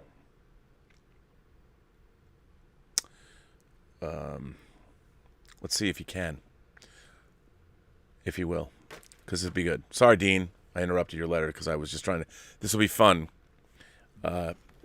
Wait, let me tell him what this is about. It's the 10th anniversary.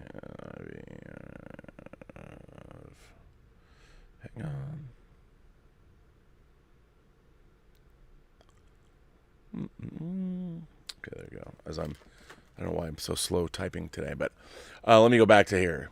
Anyway, Dean Mikitich. If you're a fan of Tom Clancy's books, especially Without Remorse, then you're going to be very disappointed in this movie. None of the plot points from the book has been used here. So for the film to claim it's based on the book is a very hard sell. Cool. I'm going to get somebody to... I'm going to have a special celebrity guest in 2 minutes. The only thing taken from the book are the characters of John, Ritter, and Pam. Though here she's his wife, in the book she's just a girl he picks up at the side of the road that needs help and sort of becomes his girlfriend. John's actual wife is killed a year before the book starts and has a different name. As for the film itself, I got to say it was enjoyable and the performances are good. Michael B. Jordan is good as John, but he does not come across as the badass that John is, and the few scenes with his top off is meant to give that impression because he's buffed up for the role. While Willem Dafoe did not have many action scenes in clear and present danger, you knew this was a John you don't want to mess with. Jamie Bell did a great job with Ritter and came across as unlikable at first, but becomes likable as the film moves on. All the character traits that lead to his downfall in the books are there, so if there's a sequel, I hope Jamie Bell returns to carry on developing this character further. But saying that, the film is just a generic action film and does not have any of the political flair that a Clancy book has. Though I will admit the book of Without Remorse is lacking in that as well, but a bit more personal story, and what politics are in it are more suited with the time the book is set. The action set pieces are good and does not have any of that shaky cam except when needed, so it's easy to follow. Though the film is globe-trotting, it really did not have that feel, and with the exception of the start of the film and everything outside the States, it felt like it could have been filmed in Europe with Russian signs slapped onto the buildings to make it appear they were in Russia. Once again, Paramount has let me down with another film that is not based in any way on Tom Clancy's books. With his books being set between the 70s and up to the early aughts, I have not read the ghost-written books. Is it really that hard or expensive to do a period timepiece and actually have the film that it's based on take place in the time period it's set and be a decent adaptation of the books like Hunt for Red October, Patriot Games, and Clear and Present Danger? All in all, it's a good film, but it's not a Tom Clancy story, and they've only used the Clancy name and characters to sell it. The only thing that did annoy me about this film, with the exception of it not actually being based on the book, is the mid-credits scene that set up a sequel. Fans of the book will know why this pissed me off. Oh, I know why it pissed you off, and I haven't seen it yet. Rob, have you seen it yet, and what are your thoughts? Peace and long life. Well, Dean, because you had talked about this on the Facebook page, I was really excited about this, and I didn't jump to see it. I failed to understand why you're going to go adapt to Tom Clancy and then not adapt to Tom Clancy. Why do people do that?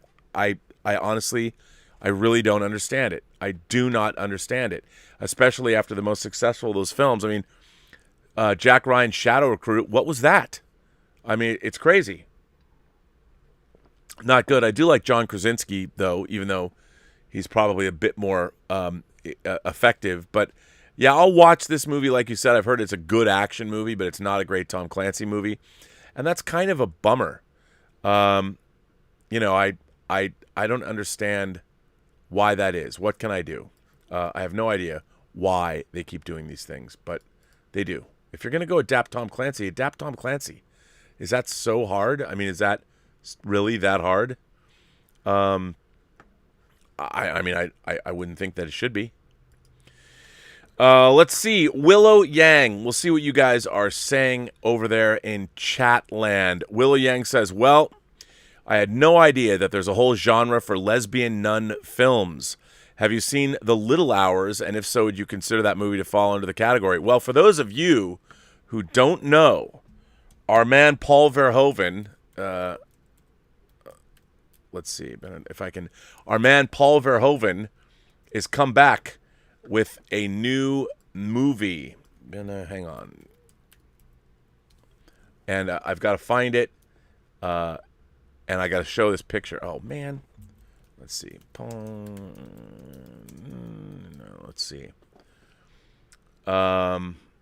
Images. How about news? I want to find this poster because it's great. Are you kidding me? This poster is everywhere. And we'll see it. The trailer went up today. And he has made a lesbian nun movie. And for those of you who... Oh, it's Benedetta. That's what it is. I'm spelling it wrong. For those of you who don't know, they used to make... There was a bunch of... Nunsploitation is what they called it. Nunsploitation. And it was a big thing. There's a lot of nunsploitations movies made in the 70s. And I liked them. I mean, as a kid growing up, kind of how could you not? They were great. But Paul Verhoeven is back, Mr. Basic Instinct himself. Go look up that trailer. It's pretty amazing, and I think that everybody should watch it. Now, I've heard of The Little Hours, but I have not seen The Little Hours. Hang on, let me just check, Willow. Let's see. The Little Hours. The Little Hours is a 2017 American medieval black comedy film. Oh, yeah. The film was loosely based on the first and second stories of Day 3 of 10 of the Decameron. Well, then I would imagine it probably is. I would consider it that way, but it looks like it's comedy to me. No, the lesbian nun subgenre of films was definitely exploitation, sexploitation for the most part. Aside from Ken Russell's The Devils, which is actually a pretty great film. Not that they don't make great lesbian nun movies, but if you look at the trailer for Paul Verhoeven's Benedetta, you should check it out. Oh, wait, hang on. Let me call him back. Not in service. What? Hang on. Let me call you right now.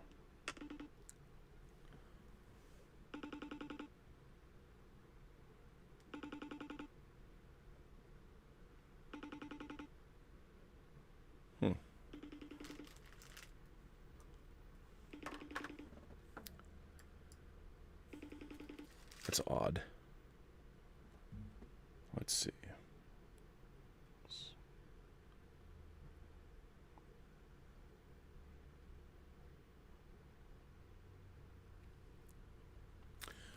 Let's have Ashley call me again. Who this might be, if I can talk to him, if he will call me back, is Ashley Edward Miller, who's been on the show. And, here he is. Mr. Miller. Mr. Burnett. The showrunner of Dota Dragon's Blood. Today, my friend, is the 10th anniversary of Thor. You know what? That's pretty appropriate because today is Thor's Day. Today is Thor's Day, and I figured since I could just ring you up, I figured to celebrate that because Omar94, who is a letter writer and imagination connoisseur, brought it up, and I figure you, as one of the screenwriters of Thor, and because you're at my fingertips, I figured I'd call you up because people love it when I call up industry professionals on the channel. That's how I call Brian and talk to him on the show.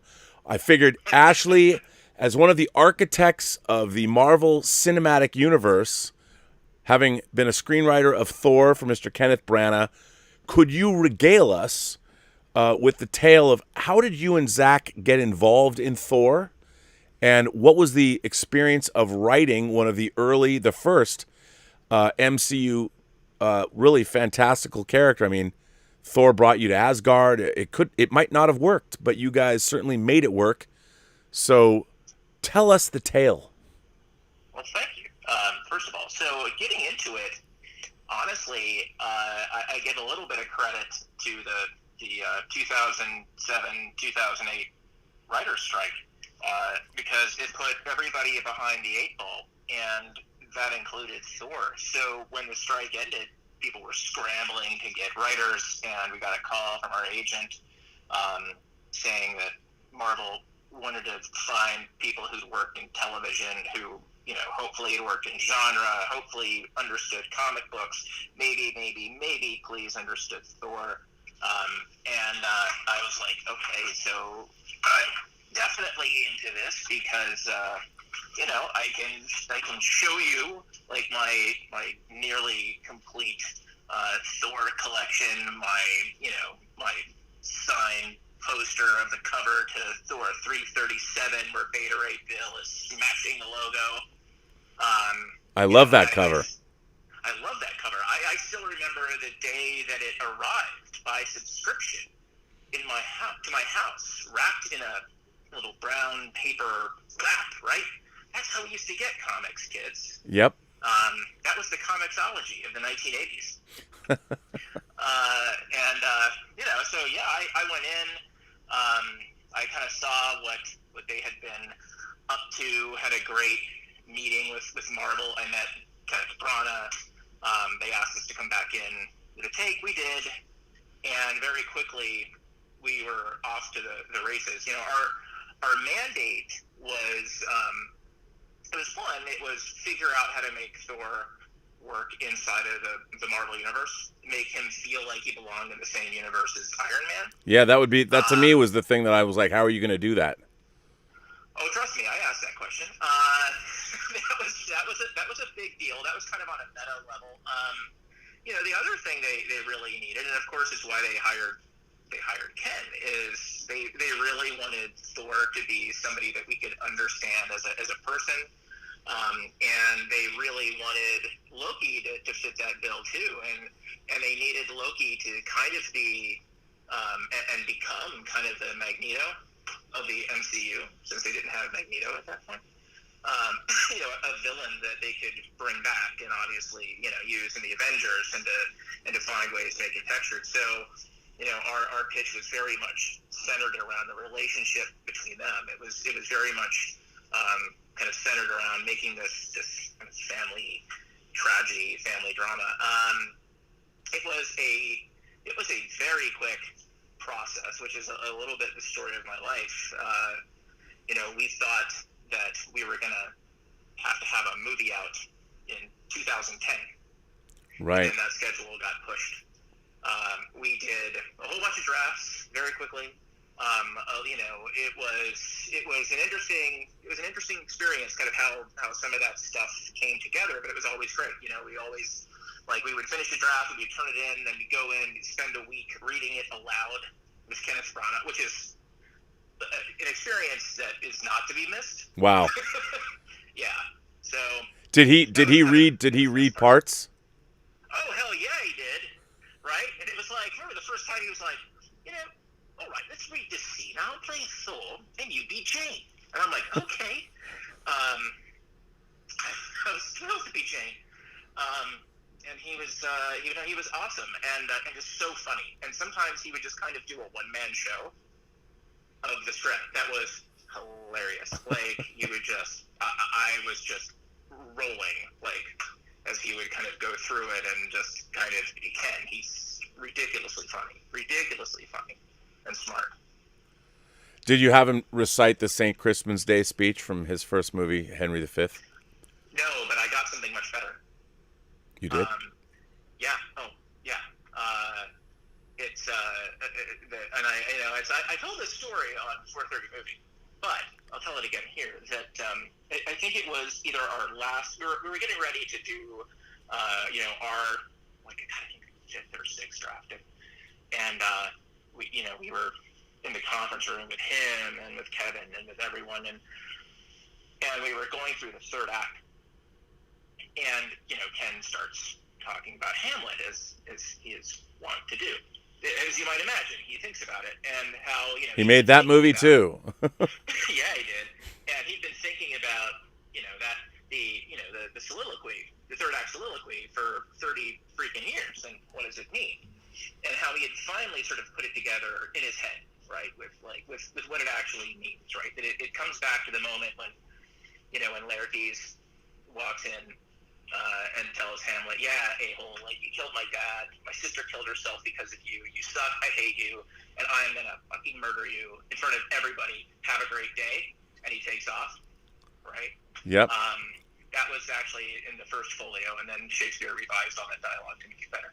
And he connects all that to what Hamlet then says to Horatio, Hamlet's speech to Horatio, and he's sitting there, look, it's you don't quite picture, when you picture Kenneth Branagh, you don't picture a dude who likes to wear t-shirts, jeans, and high tops, but right. There he is, his feet kicked up and looking scruffy, and and he just kind of looks over at me, and he starts reciting Hamlet's speech to Horatio as though I am Horatio, and he isn't reciting it, he isn't recalling it, he isn't reading it.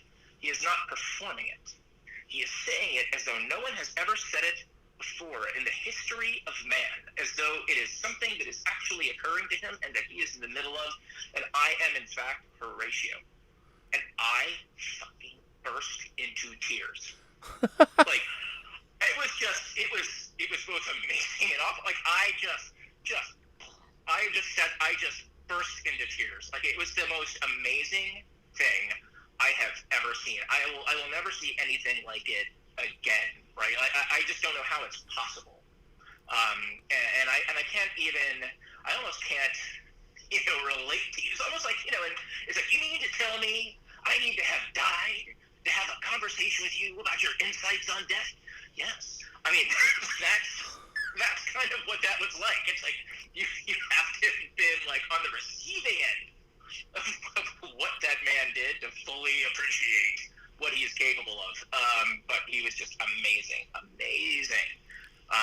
to work with. Loved him. So smart, so cool. It was such a great development process. It was so fun. And we knew that it was a big swing. We tried very hard to frame Asgard and the Aesir as almost as aliens, as a science fiction concept, Right.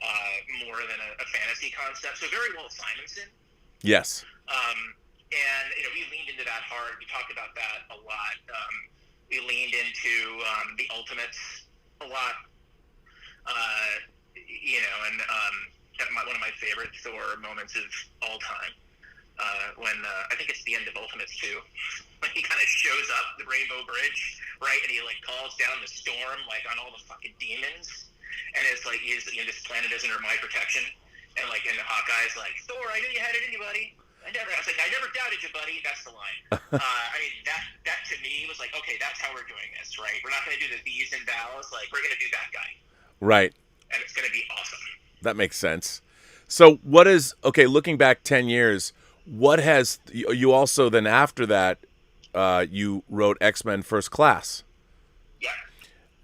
I got to ask you, how do you think, this might be too long to, but if you had a quick answer, how do you think they should bring the X-Men into the Marvel Cinematic Universe? Look, they've got a couple of roads that they can take to get there. I think, this is just my personal opinion. I think for a very long time,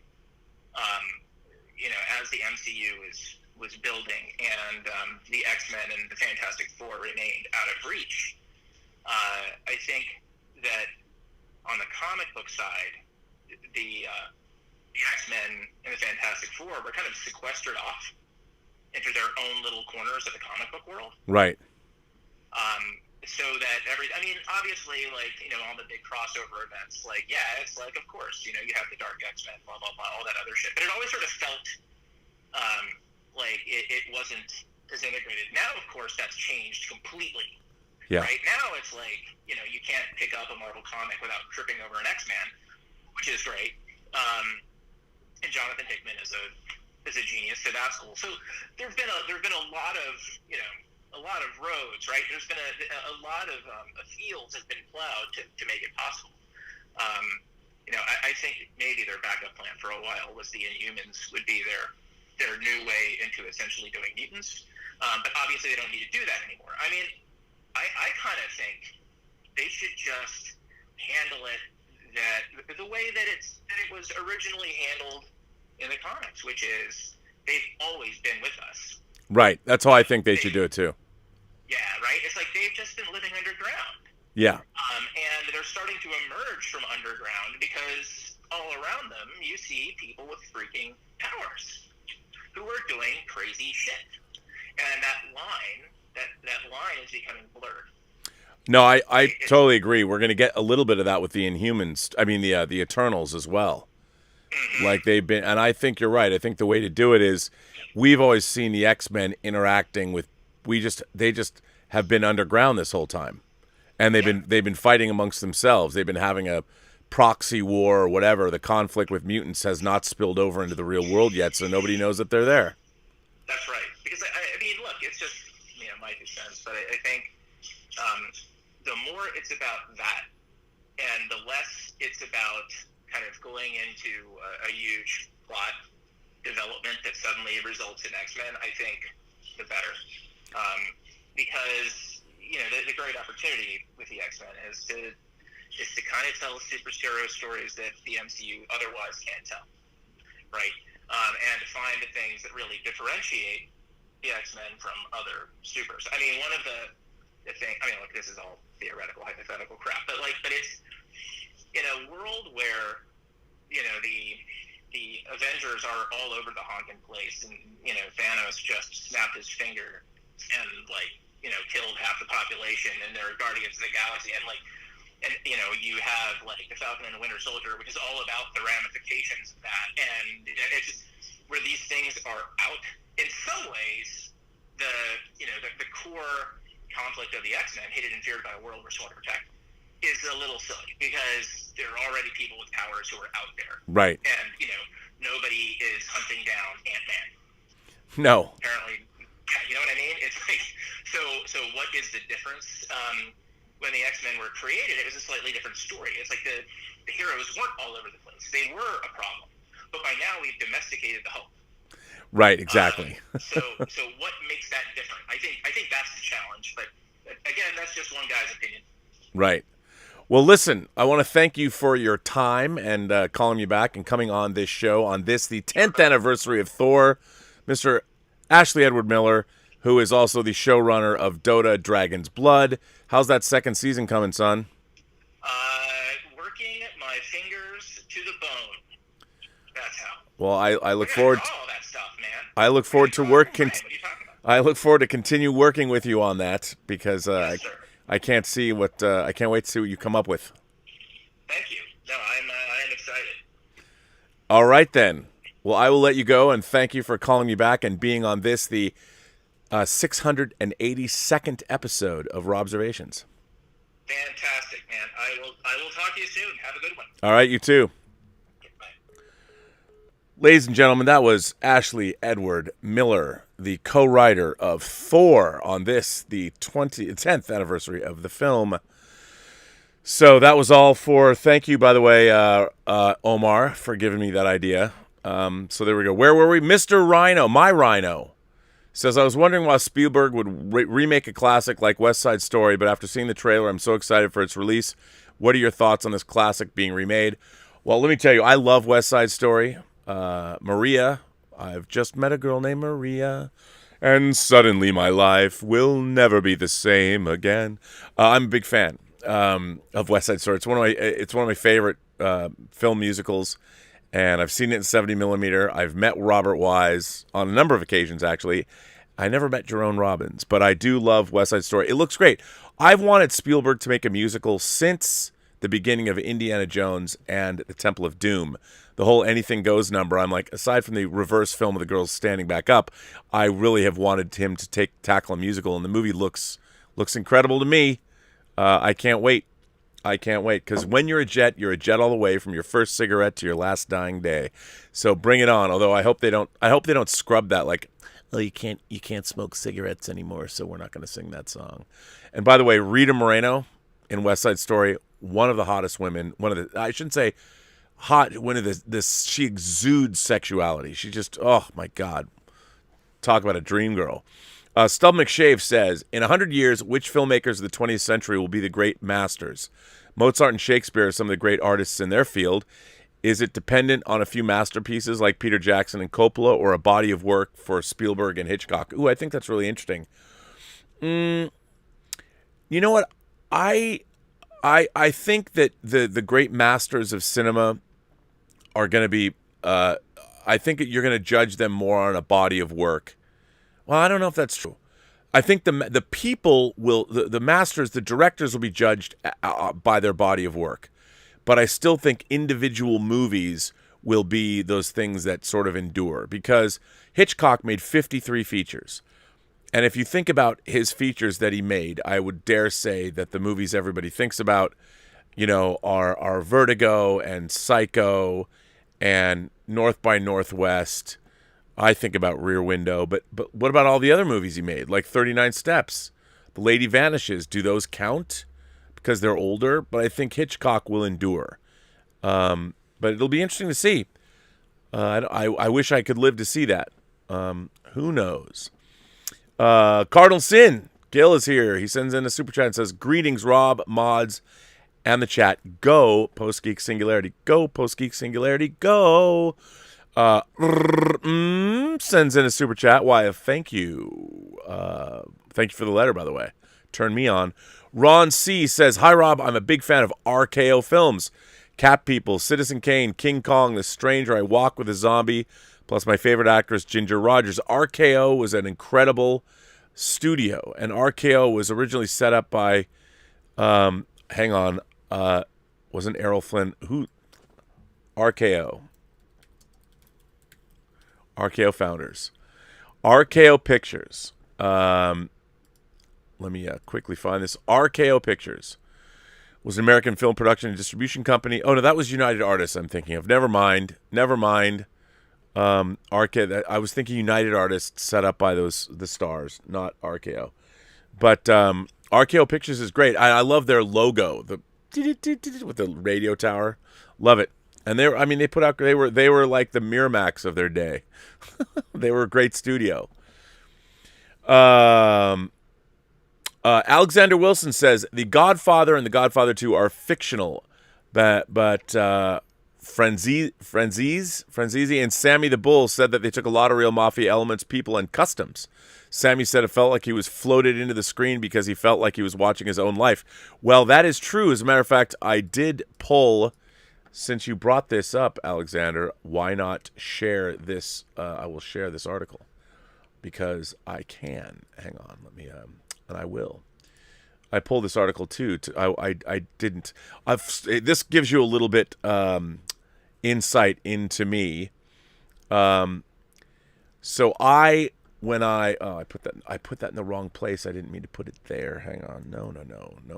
Oh well, let me just. Well, hell, I'll make it small. I'll put it here. What the heck? So I did when I pick topics, I do sometimes pull articles I don't read. True stories behind The Godfather. Udi Pack wrote this on December 15th, 2020. Based on Mario Puzo's 1969 crime novel of the same name, Francis Ford Coppola's cinematic masterpiece, The Godfather, chronicles the fictional Corleone family and its rise to becoming one of the most powerful mafia families in America. Starring Marlon Brando as Vito Corleone and Al Pacino as his son Michael, The Godfather was lauded by both critics and audiences alike and spawned a pair of sequels, The Godfather 2 and The Godfather 3. The Godfather franchise is heavily influenced by many real-life mobsters and events, and here are some of the true stories behind the films.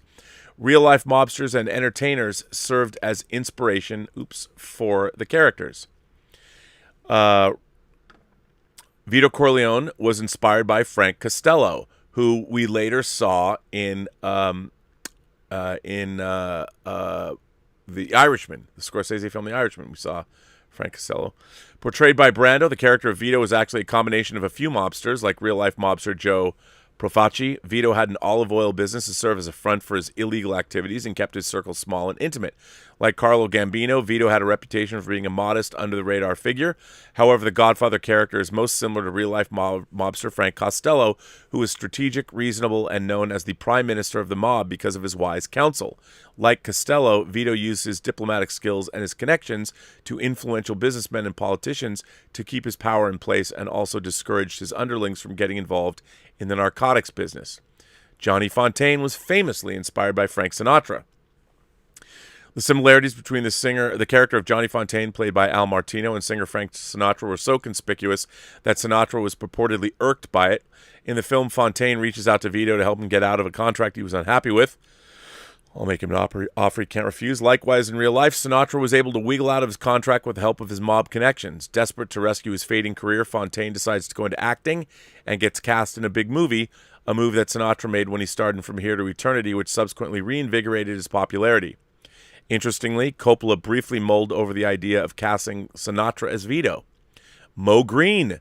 You can't go to Las Vegas and talk to a guy like Mo Green like that. Mo Green was inspired by Bugsy Siegel. Do you know who I am? I'm Mo Green, exclaimed a defiant Mo Green to Michael in The Godfather. Portrayed by Alex Rocco, Green was a huge, brash personality who helped bring to life the Las Vegas scene. In real life, mobster Bugsy Siegel did just that. As a hitman for the East Coast organization Murder Incorporated, Siegel moved out west and helped build Vegas, operating the luxury casino The Flamingo. Siegel had no qualms about showing off and circulating in the celebrity crowd, and Green expressed the same characteristics. Both of Jewish descent, Siegel and Green also met similar fates when a fusillade of bullets was shot through their bodies. Notably, each man received a bullet in their eye sockets. However, Siegel was killed for stealing money from the mob, while Green's disrespect for the Corleones hastened his end. Michael Corleone was inspired by Salvatore Bill Bonanno. Mobster Bonanno didn't want his son Bill to get into the family business, encouraging Bill to live on the straight and narrow. Joseph got his son to go to law school, just like Vito had his son Michael do. So, that's pretty cool. There you go. So, Alexander, you are correct about that, sir. And always love talking about what the how that all worked out. So, yeah, it was all good. All good. Now, where were we? Where were we answering your questions? 200 Watt Studio sends in a super chat and says, truly amazed by the magic of films. Yesterday, or actually today, I watched 2 different films, but magical in their own way. The neo-noir Bound and the anti-Western High Noon. That's a great double feature. The Wachowskis and Gary Cooper, right? Wow. I watched them back to back in the middle of the night. I had never seen Bound, but I loved it. Bound is great. We did that on Whining About Movies. High Noon, I've been a fan of for years. Total immersion in both, and both suspenseful. Films can be wonderful magic. They can. 200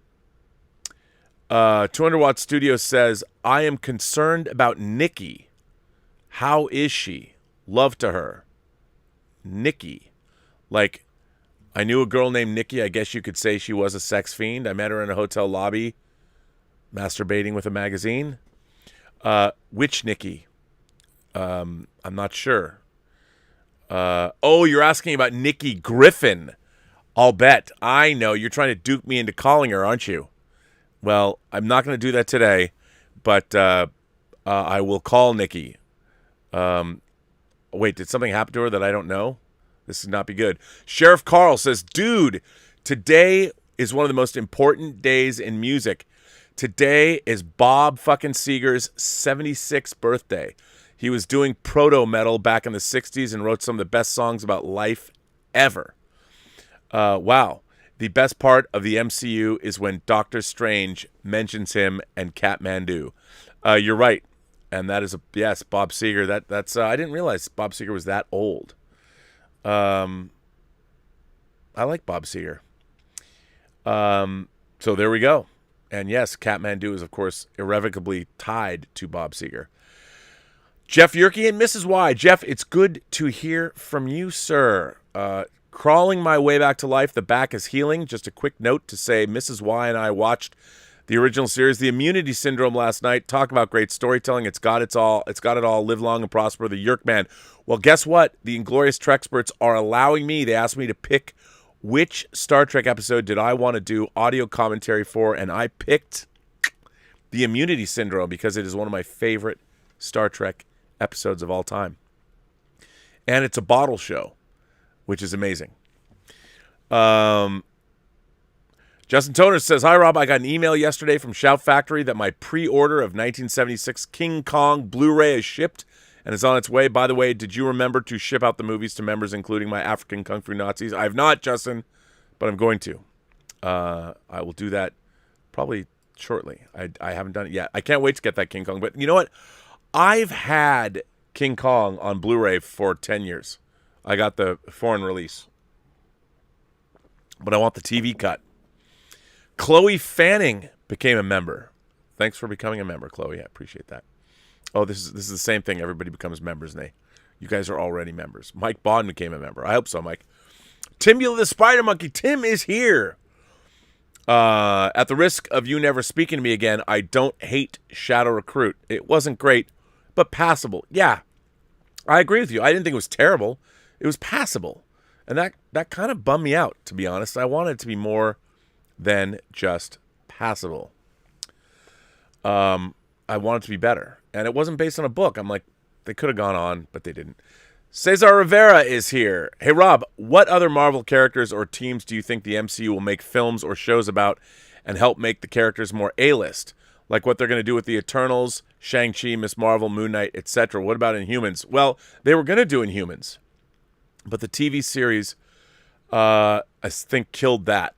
I'd love to see like the Defenders or the Invaders. Maybe the Invaders. I think, look, where's Namor?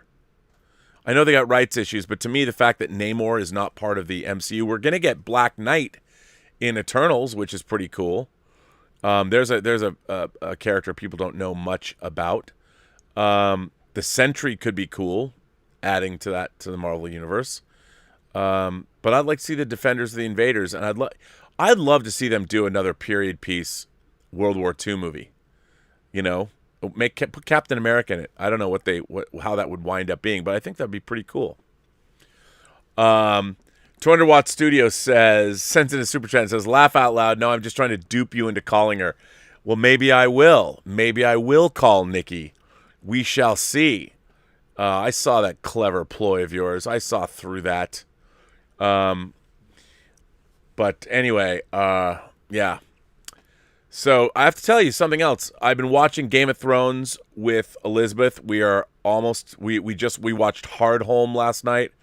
And I have to say, I did not like the 5th season that much. To me, classic Thrones was seasons 1 through 4. It was great.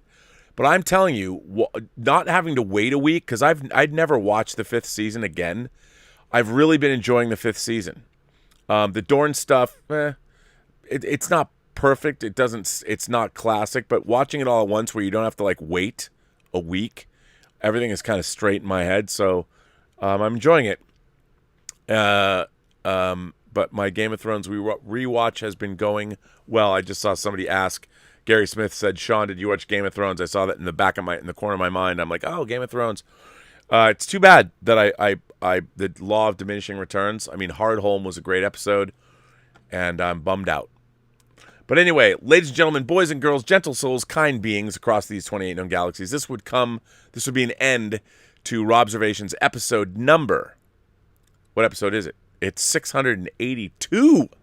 And I want to thank all of you for supporting the show with your generous super chats and tips. Thank you very much. And if you want to write me letters, you can send them to me at theburnettwork.net free of charge and all that good stuff. I think I'll be on the John Campea show tomorrow. I don't know if Aaron Cummings is going to be on it or not. If not, I'll be back here. And of course, you know what? By popular demand, Midnight Metal happening on Friday and Saturday. I can't believe another show that keeps going. And Elizabeth and I tomorrow, the primer thing didn't work out for various reasons. We are going to do Scott Pilgrim versus the World, another movie celebrating an anniversary. So we're doing Scott Pilgrim versus the World on Whining About Movies tomorrow night. So that's pretty exciting. And we'll see you then. We'll see you tomorrow. And on that note, I want to say thank you to all my moderators. I want to thank you to Mike Bodden. I want to thank to the Richard, Darren Seeley, Justin Toner, Bunyan Snipe, Greg Smith, Louise X. Sparrow. What a group of moderators we have today. Give them all a hand, everybody. Give them all a hand. Well, thank you all for being here. And I also want to say, well, what else? I think that's it. But remember, every person you meet has a story to tell that you have yet to hear. And all you have to do is listen. And with that, I would say to all of you, have a better day. And as always, I mean that.